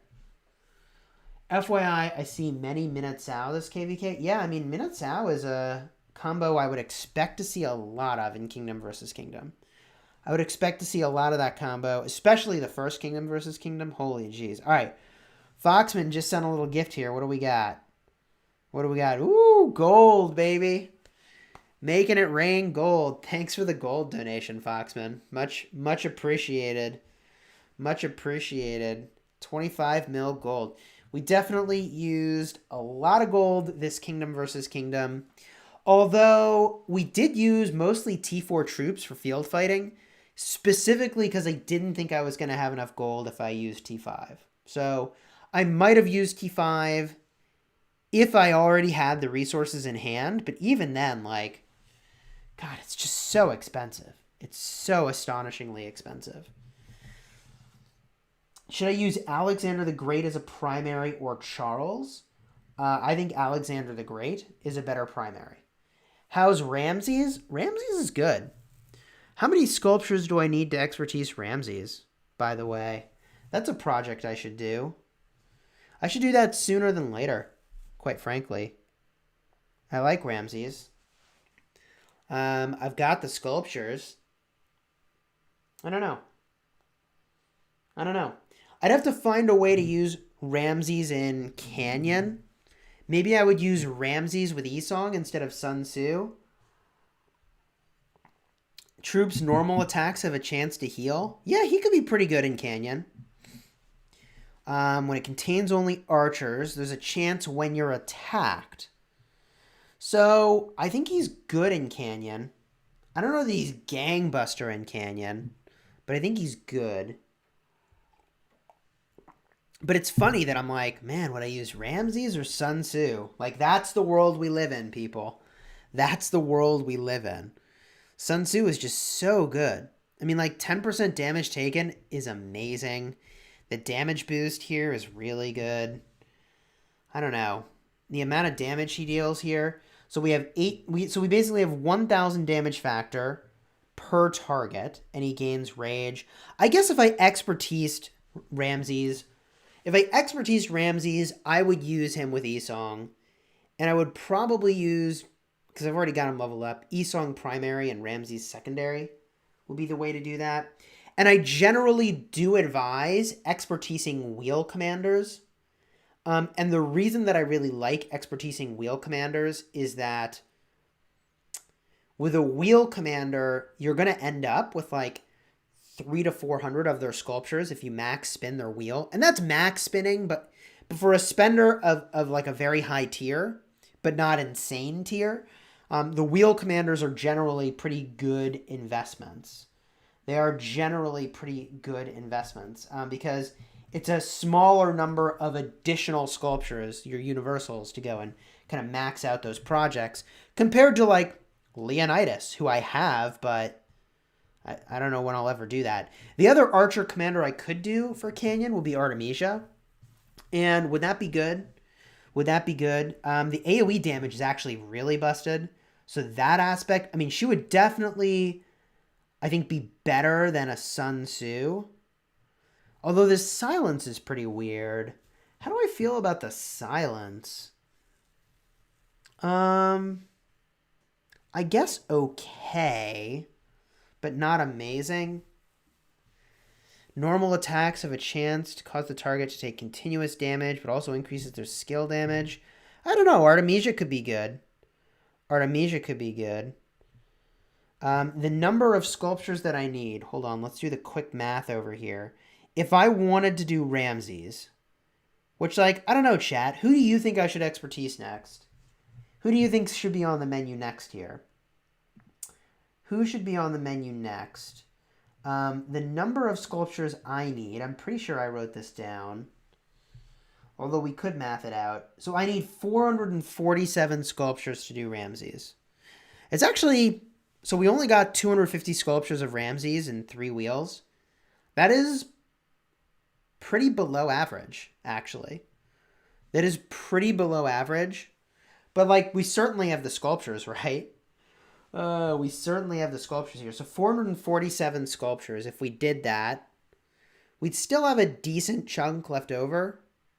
We'd have like 850 sculptures left. I mean, I might just go ahead and do it.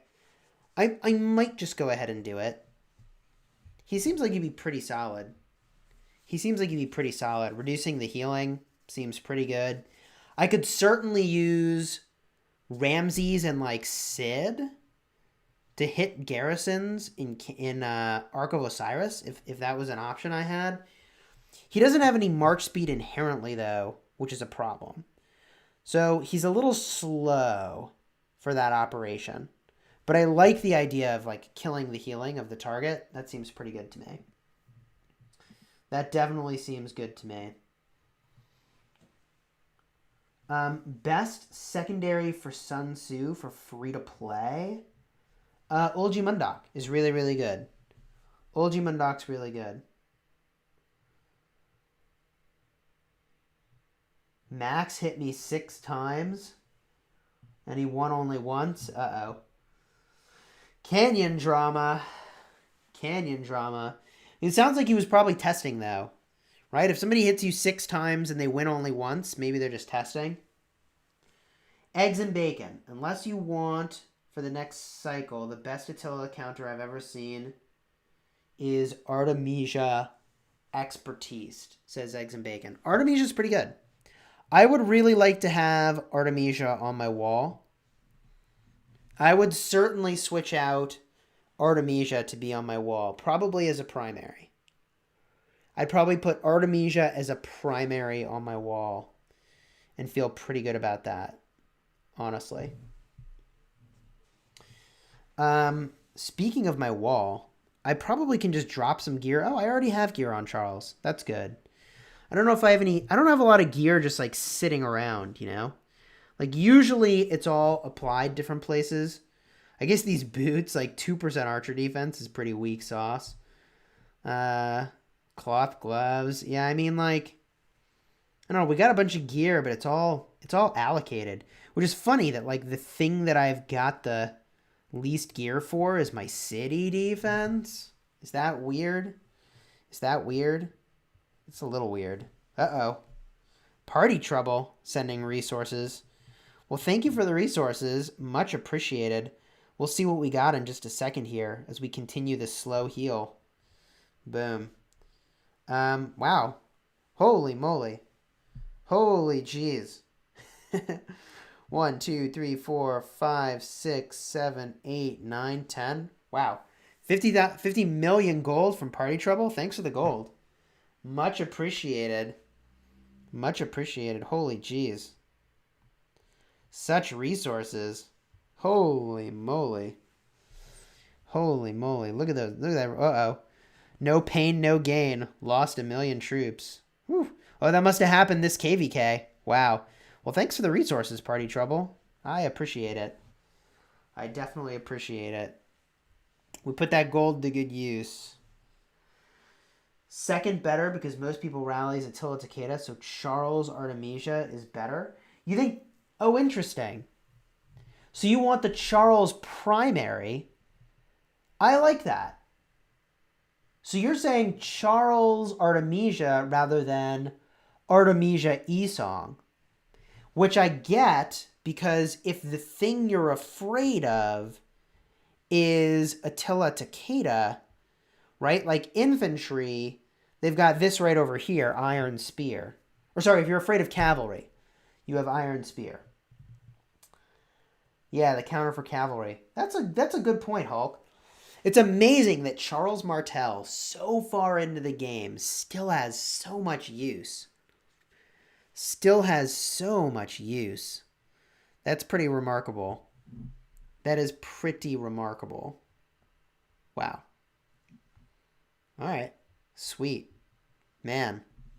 Thanks for all that gold. Wow, that might have been all of Party Trouble's gold. Woof. Such gold donations. Such gold donations. I'm at 26 million power, free to play. I need 2 more points on my Esong to expertise in. So far, I worked on my cavalry tech because a lot of recommended to focus on it free to play, so I'm unsure. Well, you should definitely finish expertising your Esong. And you're going to use your Esong as a secondary to a lot of different commanders. Look at that. They really have an eggplant. They really, of all the things to have a picture of, they have an eggplant. Somebody there doesn't know what those emojis are all about. Not on top of the emoji game. Not on top of the emoji game. Is CPO Esong a good combo? Not particularly. I think that Esong Sun Tzu is a much better combo. Esong Herman's a better combo. Esong Sid is a better combo.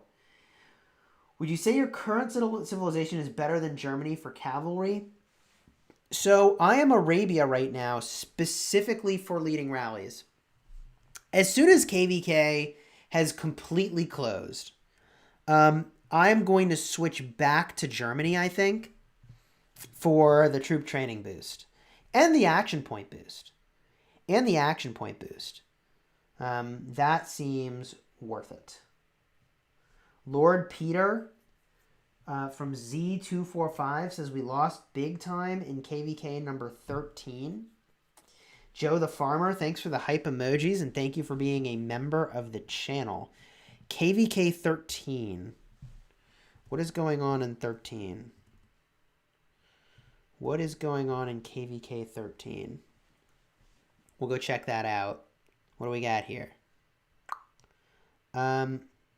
Which kingdoms are involved in this? Is this... Ah, got it. This is Ronnie's kingdom. I mean, I like that Ronnie was fighting, even as folks were coming in the gate over here. You know, the thing that's interesting is that it's going to be hard for... Even though this thing is fully exposed, it's going to be pretty hard for the opposing side to still burn everything they need to burn. Like, it's going to take a long time. They may not even have enough flags to do everything they want to do here, pushing into this part of the zone, even if there's no resistance. Like, it just takes a long time. It just takes a very, very long time. I guess there's like 7 days left, so maybe there's enough time. But KVK is tough. KVK is really tough.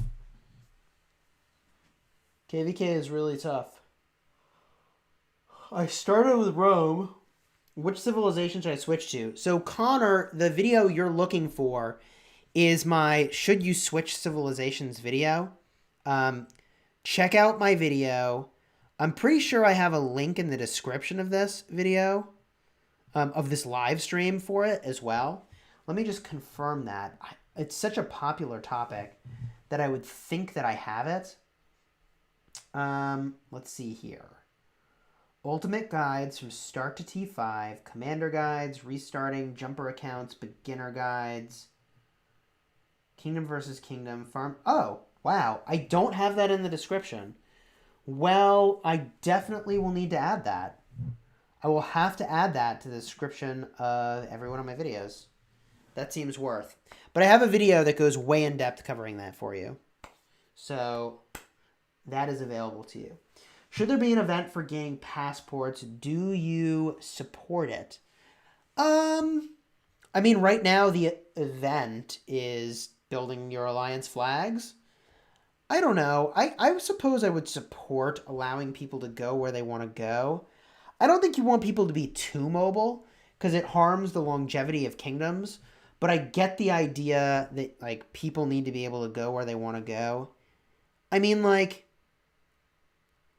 I don't know. I kind of like that you're a little bit stuck where you are. Like, you need to work with people, you know? Like, there needs to be incentive to work together. If you can always just go wherever you want and it's, like, 100% free and you could do it anytime you want, right? Like, there's a lot less incentive to actually, like, stay and be a team player somewhere. I don't know. I like rewarding team players and team play. So I don't want to exactly encourage, like, you know, people just, like, going wherever the heck they want to go. Save your epic sculptures for another commander, Sun Tzu. Oh, yeah, do Sun Tzu. Low to medium spender, expertise, Wu Zetian or Constantine. I'm a T5 player as infantry, and garrisoning is your focus. Well, if garrisoning is your focus, I'm going to say Constantine is a better starting point these days. Constantine is a better starting point. Constantine is going to be good against Attila Takeda. Constantine is going to be good for defending your city. I like the Constantine pick. Constantine is going to be good in Canyon. I would like to expertise my Constantine. That's a project I really would like to do. I really would. Did I see the answers, chat? Who did you want me to expertise next? Who is the next commander you wanted me to expertise? I think I missed it. Artemisia, let me see how many sculptures I need to do Artemisia. In fact, let me just do this. I'm going to use these experience tomes. Okay, take her to level 20. And we can unlock the next skill here. So we'll just do that real quick. So that when we level her up, we can... boom, there we go. We can not worry about her getting level capped. So how many skills would it take to do Artemisia? How are we looking here? The number of sculptures it's going to take, I wrote this down, 475.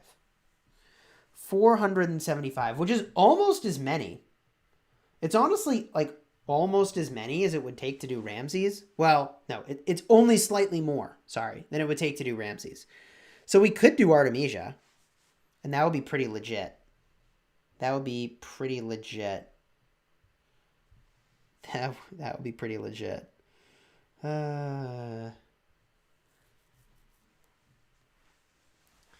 Chisgule, how come all ROK YouTubers lost their Kingdom versus Kingdom? Is that a true statement?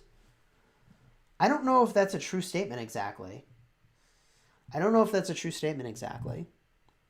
I would definitely not say that we lost our KVK. I would say, man, I have a lot to say about how our KVK went. Here's what I will say. What I will say is that, man, I want to be really careful here.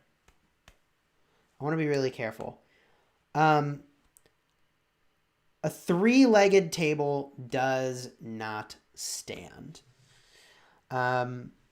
You really need all of your allies, every single one of them, to be a big contributor in the open field and everywhere. And if that's not the case, you have a problem. And the problem is that not only do your other kingdoms need to deal with it, but that one of the kingdoms in the enemy camp, if your allies are not doing their job, is going to be at full strength. So not only are you battling against multiple kingdoms, but you're battling against a full strength kingdom that hasn't had to do anything if your, allies don't hold their own. So anyways, all YouTubers lost. Gecko is in JWM and they won. Unsurprising that they won.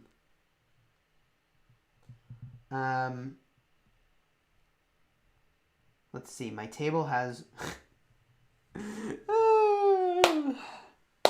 touche. Funny comments in the chat. Funny comments in the chat. I mean, like, right now, obviously, we have arrived at a diplomatic solution in our kingdom versus kingdom. A part of the way that we arrived at that diplomatic solution was by putting a whole bunch of bubbled cities by both of our passes. And you can't see them here anymore. They're not here anymore, right? But we were able to successfully block any flag from being built into the zone. And we would have rallied any fort that went into the zone. And we had to do that on both of our passes. Because in this case, our allies were not able to do that task in 96. And they did a great job of kind of covering the rest of their territory so that we could do that. But we had to cover both our passes. And 258 was basically 100% full strength when we were having to battle them because they hadn't really had to do anything, which is not their fault. And so, we basically created a world where we were going to get a one-on-one versus 210 because we were able to stall over here. And that sort of forced the hand for a diplomatic solution, I think, because there was a realization that, like, if people want to get rewards, then a diplomatic solution is going to be kind of the right play. And for us, there was only upside for continued fighting because, like, in a one-on-one with 210, like our reward count could only go up or be 0, right? Like it could be 0 or it could go up, right? They beat us at 0, but that's no different than what we were at before, which is going to be like, if we didn't do what we did over here, bubbling up the passes, there's no way, there was literally no way we were going to take 258 who had full resources because they didn't have to fight at the ruins and full strength because they didn't have to lose any troops really in Kingsland, and to take 210. It just wasn't, we can't do that both at the two kingdoms at the same time. That was never going to work. So we created that world in which we basically said, if we can keep them from getting into this zone, and then we wait for these passes to open, then we can have a one-on-one. And regardless of whether or not we can win that, the one-on-one is definitely better odds for us than the two-on-one over here, right? Like, it's not rocket science to see how that would be the case.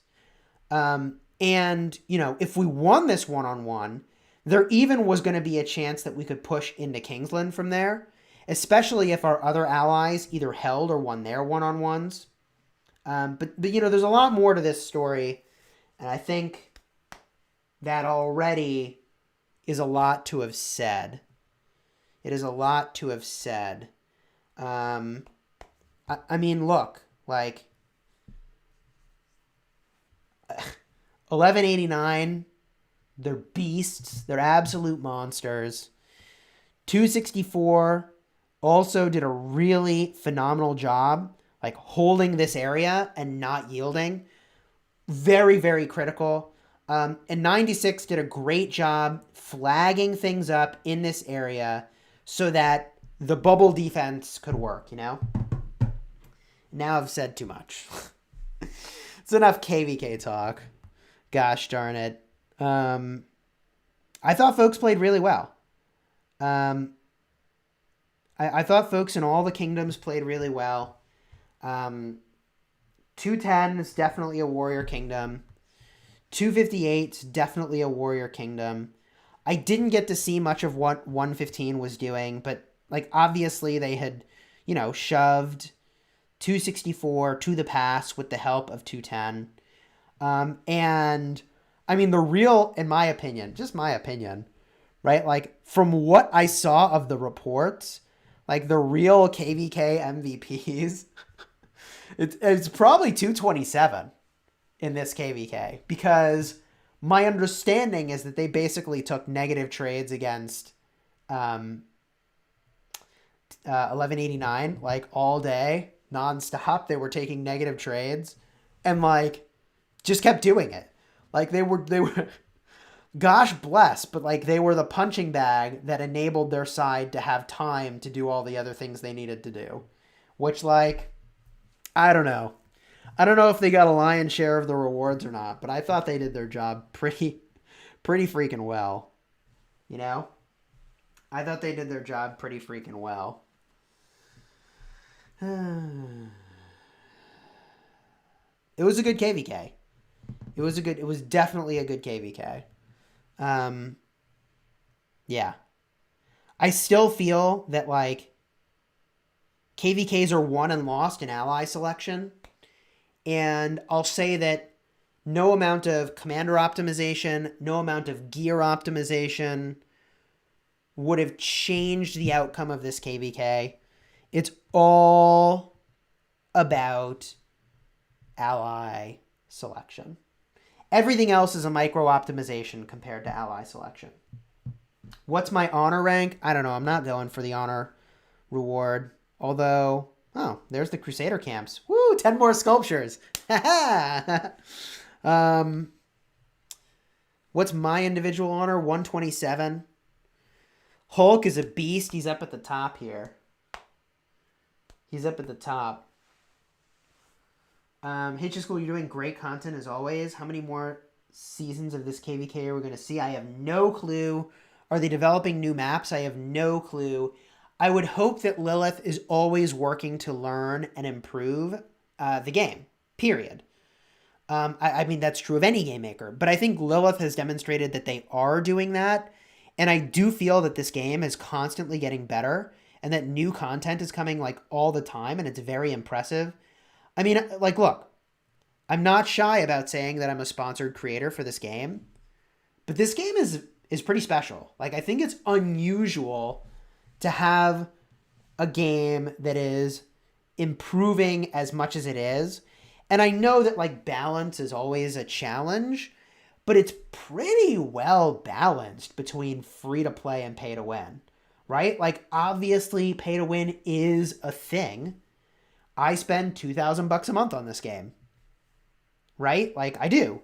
And I sent a lot of those troops to die, right? Like, I'm at 7.5 million dead troops. So, like, if those were all T5, and they are mostly T5 troops, I mean, like, I would be at 200 million power almost. I would probably be pretty close to 2 million power if I had never sent troops to die. But if I never sent troops to die, like, I would not be a great member of the kingdom, in my opinion. The amount of field fighting, I mean, like, for that to be a thing, for someone to say, like, oh, I'm a field fighter. I'm a field fighter. I don't send my troops to die. I fight in the field. You would need to have, like, I don't know, 700,000 kills with an account my age? Maybe more? Right? Like, you need a ridiculous amount of kills to say you're a field fighter and that you're not going to send your troops to die. You know what I mean? I don't know. My 2 cents. My 2 cents on that. My 2 cents on that. Can I join your alliance? My power's 24. So, let's talk about joining kingdoms. Let's talk about joining kingdoms. This is going to be a 30-second advertisement, and then I'm going to not talk about this anymore. Kingdom 75 is recruiting. If you're under 25 million power, we're going to have space in Zone 3 with a really solid shell. And if you're under like 10 or 15 million power, we're going to have to figure out exactly where you go, but we'll have space for you too. So Kingdom 75 doing a huge recruitment push right now for players under 25 million power. And you can't join until after our KVK is ended. So we're like 2 weeks away from that. Maybe like 10 days technically. I think because it's like 7 days for the remainder of KVK plus 3 days till the whole thing closes. And if you want to be in a kingdom that's extremely organized and well run, and you're tired of boatloads of, drama, blah, blah. Kingdom 75 could be pretty good. We have our fair share of drama, actually. But it's well organized, and we don't let that drama infiltrate the way that we actually run the kingdom. So there's my 30-second advertisement. Consider joining. If you want to be on the bleeding edge of commanders, don't mind being behind on commander depth, but want a kingdom that you know is well run. Because, like, I'm in 1507, and there's a civil war in the middle of KVK. Again, I have to migrate my restart project. I cannot believe I'm this far in on the restart project, 200 days, and we're still having civil wars in kingdoms. Like, I don't know. If you don't want any of that BS, Kingdom 75 might be the place for you. T5 to die, T4 to heal. That's how I feel, Eggs and Bacon. That's how I feel. I send my T5 to die because they're just... I basically use them for points. I train them to get points, and then I send them to die. And, like, they're too expensive to heal in the hospital, both in terms of resources and speed ups. It's just insane. How is Esong and Edward of Woodstock? It's a good combo. That's a good combo. After Attila Takeda, which pair would you consider to be the best rally combo? I really like Ramses Esong. That's a good combo. I really like Ramses Esong. Talking about new content, Ark of Osiris skills. I can't look at the Ark of Osiris skills right now. Because, I don't know, does it matter if I show what Ark of Osiris skills we have? I guess it doesn't matter. I don't know. I don't want to reveal too much about our Ark of Osiris plan right before we do Ark of Osiris. 2,000 a month. Most of the world doesn't make that. How is that balanced? So the game doesn't exist if the game makers don't get money. Okay? Game doesn't exist if the game makers don't make money. And you know that I advise in literally all my videos where there's spending. I say, or at least I try to remember to say, that like, I'm no financial advisor and you should consult one if you're interested in your finances, but like consider prioritizing retirement and your family and your kid going to college or like whatever those things are first. And then if you have disposable income still and you want to spend in a mobile game, like, hey, it's your call, right? It's your call. I don't go out and like go to a bar and drink beers. Nobody does right now because we're all inside. So money you might have spent on that, like for, you know, a $10 beer in some big city establishment or a $20 cocktail, just absurd. You know, I buy a 30-day jump supply. So what? So what? Thoughts on Sun Tzu, Richard? Yeah, it's okay. That's okay. Sun Tzu and Richard, I mean, like, Richard is just good everywhere. Richard is just astonishingly good everywhere. So, yeah, you could do that. The Sun Tzu is going to generate rage. The Richard's going to heal. And as a combo, I think that's pretty legit. And I'm farming wood because it's on territory. But I'd basically rather farm anything else. I mean, like, I should just farm this, even though it's off territory. Ooh, I should just farm this. Gold. Hello. Hello. Thank you, Monster Inc., for the £5 super chat. Preach on. Yeah, I'm preaching about prioritizing your family, saving for retirement, sending your kids to college, like whatever those things are that really matter. I'm no financial advisor, but don't get into credit card debt on a freaking mobile game, for the love of all that's holy. Under 25 million power players can join Imperium Kingdoms. That's right. We are still Imperium. We are still Imperium. Under 25 million power can join. And that's what we're looking for. I want to recruit between 1 and 200 players under 25 million power. Can we hit that target? I don't know. But I would like to try. And, like, look. Oh, yeah, one other reason why, shameless plug, our kingdom's pretty good. We have daily kingdom buffs and a kingdom buff schedule that's announced. And all of that is in a very, very exhaustive Discord where you can find all the information you would need about what's coming next in terms of kingdom buffs. And anytime there's action, we're all in voice. It's a pretty sweet situation. It's a pretty sweet situation. Bring your restart to 1623. Man, I think I'm just going to go wherever my alliance is going and put thought into it later. But if you have a kingdom that is between KVK Season 1 and Season 2, I would be interested for my restart. Between KVK Season 1 and KVK Season 2 is not started yet. I would be interested. KVK Season 1 and 2 had 100% exact same timing for me in this KVK, which is really garbagey because I want to be able to play both of them. Play KVK on my main, then play KVK on my restart. So I need to get my restart. It is imperative that I get my restart to a kingdom that is not yet had Season 2, but has probably already had Season 1. For folks that are under 25 million power that are interested in what I was describing, be on the lookout for a video on my channel in the next couple of days with an application so that we can get your information, so that you can get information about what to do next. And, I mean, like, it's probably just going to be first come, first serve until we feel like, holy cow, how did we get so many players at this power level? Where do we put everybody? That will be a great problem to have. I'd like to see us have that problem.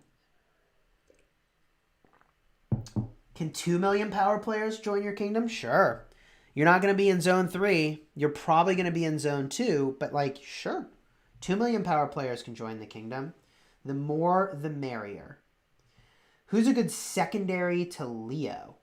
So you're talking about a Leo primary eggs and bacon? If you're doing a Leo primary, what do I want to do with a Leo primary?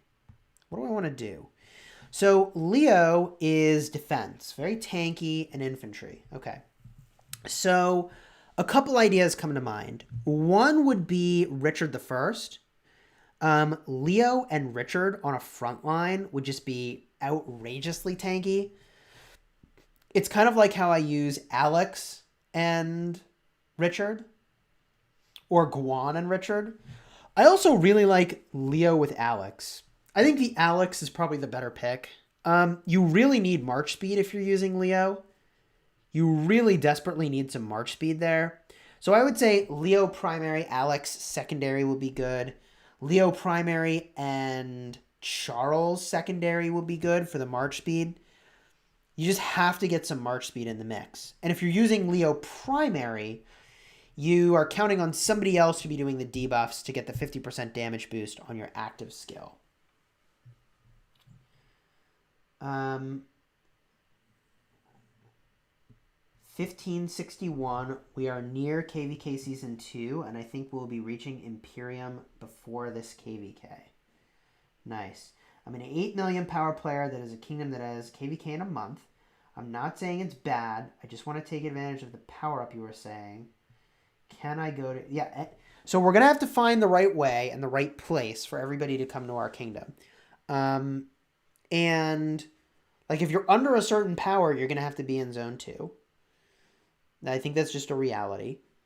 But we're going to try to find a way to just get an outrageous amount of players into our kingdom. Because one thing that hurt us in this KVK is that, like, we have really high power players and we need more of, like, the like, core powering up, growing players to win some of these events. So if we can do that for our kingdom, I think we're going to be in just an amazing place if we can swing it. When do you think new Cav commanders will come? I would think in the next Mighty Governor. I've heard whisperings that they might be leadership commanders. I'm intrigued. I would like to see leadership become a thing again. If leadership does become a thing, then maybe all of this gear that has, like, lots of different stat types on it could be very good in that situation. Because right now, the meta in Rise of Kingdoms, meta stands for most efficient tactic available, is to run rallies and defenses using a single troop type and to go all in on that troop type. I would like to see a world where maybe that changes or shifts so that leadership commanders have some value. If we look at leadership commanders today, Hannibal Barca, worthless in the late game. If we look at Ethelfled, has a role, but not for rallies or defenses. Continuing on, Freddy, leadership, really doesn't have a role.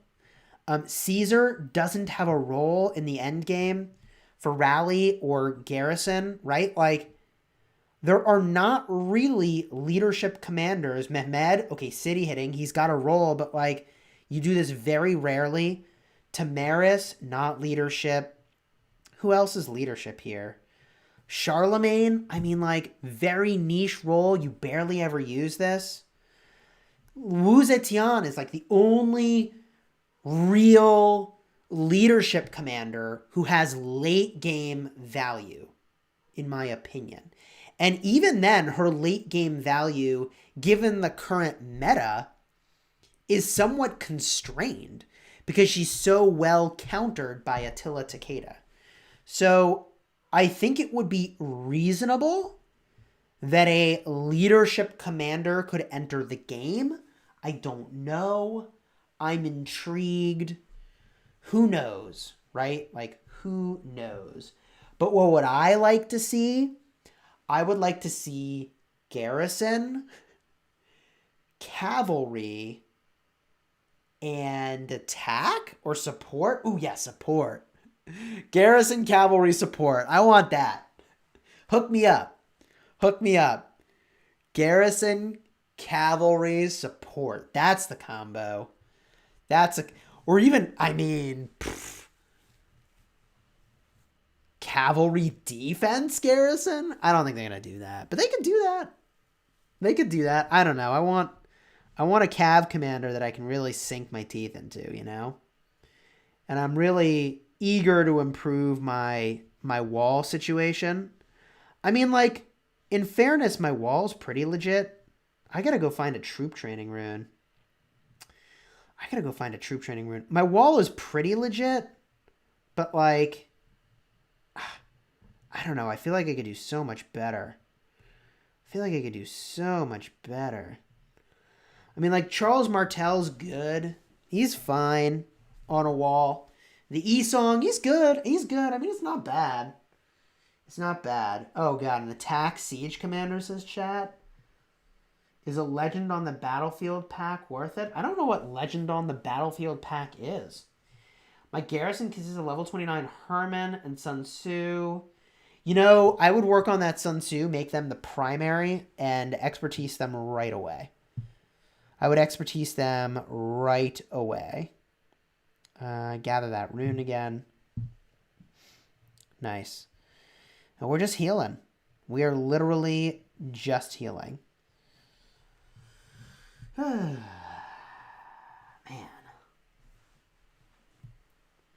Pelagius is Cav Garrison. That is true. Infantry Peacekeeper Commander. I would like there to be an Infantry Peacekeeper Commander.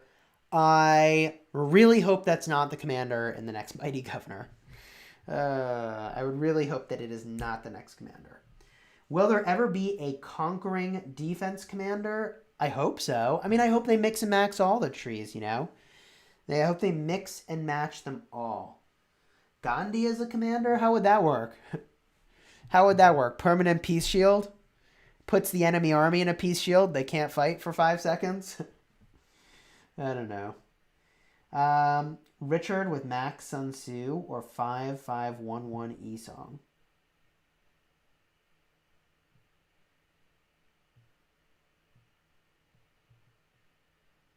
Richard with Max Sun Tzu or 5511 Esong. Probably the Esong. Probably the Esong is better, I think.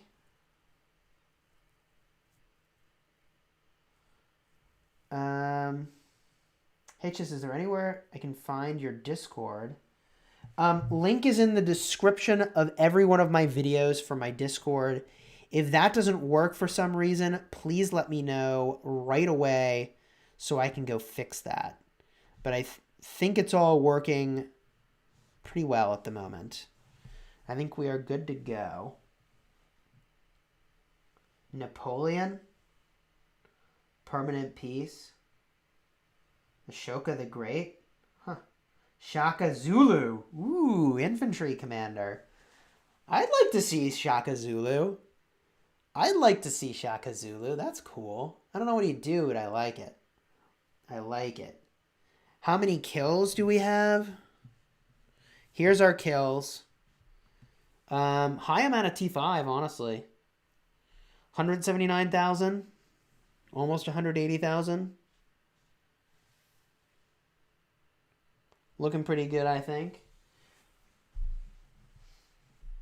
Lilith should just fish out commanders from civilization and be done with it. Oh boy. For Ark of Osiris, who's the better talent for Richard to defend objectives? And does Garrison... Garrison does work in Ark of Osiris. You're going to want a defensive build. I made a mistake. My Richard's level 5. Then I made him 3 stars. Uh-oh. So if your Richard is now 543, you're doing okay. I would keep... If you have the patience to keep putting skills on your Richard and go to 555, oh man, you're in great shape. But your Richard at 543 is very good still. But like... Every single point you put in now is going to be disproportionately good. Going from Level 4 to 5 gives you 3% damage taken reduction and 2% counterattack damage bonus. That's very good. And over here, you get 6% of stats instead of 4% of stats every time you upgrade from 3 to 4 and 4 to 5. So if you have the patience to keep putting skills on Richard, go 5, 5, 5, 1. Yeah, baby, you're going to get value. You could use your 5, 4, 3, 0 Richard still, by the way. You can still use a 5, 4, 3. Wait, you're going to miss this? You're going to miss 10% extra healing? Stop it. You're not going to notice it. You're not going to notice it. I'm not saying it's not good, but you're not even going to notice that. You're not even going to notice that. My opinion. What about new epic commanders? I mean, I'm a huge advocate for additional epic commanders coming into Rise of Kingdoms. I am a huge advocate of new epic commanders coming into Rise of Kingdoms. I think that there's things I like about the way Kira was released, because for new players, there's already enough commanders. It's confusing. I like that, but I want more commanders. I definitely want more commanders. Definitely. They should add a new age, the industrial age. I don't know about T6, y'all. I don't know about T6. What I will say is that I would hope that at some point, maybe, there's a new set of technology we could research. I don't know what that technology would be. What would that technology be? Carl Regan, thank you for the €1 super chat. Much appreciated. Thanks for being here and supporting the channel. Needs to be easier to get Kira. It will take ages. I agree. Kira should be a little bit easier to obtain. She's pretty difficult to obtain, and I am not exactly in love with that. Is it worth it to max spin Isong? Isong's very good, yes. I think that is a fine choice. What's good in the clan hood, says Ortiz. Is it important to reach VIP 17? I would say yes. Quickly, depends on whether or not you're in a KVK. All damage by 5% is massive. The training speed is very good. It's really about the all damage. If you're going to be the garrison captain or the rally lead, the sooner the better. The troop training is going to be worth its weight in gems, you know. VIP 16 is really good. The healing resource consumption, crucial. The AP recovery is very good. And the AP limitation, I love the AP limitation. I don't know what they're going to do for an additional VIP level. We will see. I have Max, Richard, and Isong. Who would you recommend next? Alex? I would say Alex. Slam dunk Alex. And if you want a very, very, very detailed video, in the description of this, I have a link to my Ultimate Guides playlist. I not only have guides that cover which commanders you should do based on your power, I also have a guide that is, in my opinion, the absolute best legendary commander investment path in Rise of Kingdoms. So definitely go check that out if you're looking for more information on that. I'm about to hit T5. I'm a medium spender. Wonder if I should focus on Attila Takeda or wait for new cavalry. At this point, we're like a week or two away from new cavalry. Holy geez, wait, people. Wait to invest. I invested in Guan because I am enjoying using him at the ruins. I'm really enjoying using him at the ruins. And I was like, you know what? Like, I just need to do this. He's in my Canyon team. I'm using him in the ruins. I'm going to use him in Arc. Like, let's just do this thing already and just get it done, you know? Let's just get this done. So that's what we did. We'll do a little bit of healing over here. We have so much healing to do before Arc of Osiris. Oh my gosh. We'll see if we can get there. We may have to use some speed ups, which would be fine, right? Like, we've got, in terms of speed ups, we've still got plenty of speed ups. Where are my healing speed ups? Yeah. We used a lot of healing speed ups this KVK, by the way. I mean, I think we used like 1,000 hours of healing speed ups plus all our 15-minute speed ups. I mean, we did a lot of healing. We did a lot of healing. Look at all these research speed ups. Look at all these research speed ups. I cannot wait to have a use for these. I hope they put something in. I really do. I really do. What do I think of a USA civilization? It doesn't excite me. Doesn't excite me. So what sort of research could they do in the academy that would be good? How come I don't do 5 infantry marches for the open field? Because I don't have those commanders in a really good place yet. I'm close to being able to do that. I'm pretty close to having like 5 really sick infantry marches. We're not quite there yet. So what new research could they do if they added research? I think they could add research for material speed production. They could add research for material queue capacity. They could add research for healing speed reduction. They could add research for healing resource cost reduction. They could add research for troop training resource cost reduction. They could add research for maybe even troop training speed, although that sounds a little crazy. I'm just thinking out loud, you know? Like, what are things that they could add research that wouldn't hurt free-to-play players really? You know what I mean? You know what I mean? Like, what are things they could do that would... Oh, action point limitation. I would research the heck out of that. Oh my gosh, would I research AP limitation? Oh my gosh, yes. What else could they add that like doesn't influence your combat effectiveness? I mean, there's a lot of stuff. There's a lot of stuff they could do. I mean, you could even have research to do like, you know, more free attempts at the Lyceum of Wisdom or whatever. Like, I think that would be fine. You could have research for reducing the tax rate at your trading post. You could have research for increasing the capacity of your storehouse. That would be beautiful. I would love that. I feel like there's a lot of research they could add that would not suck.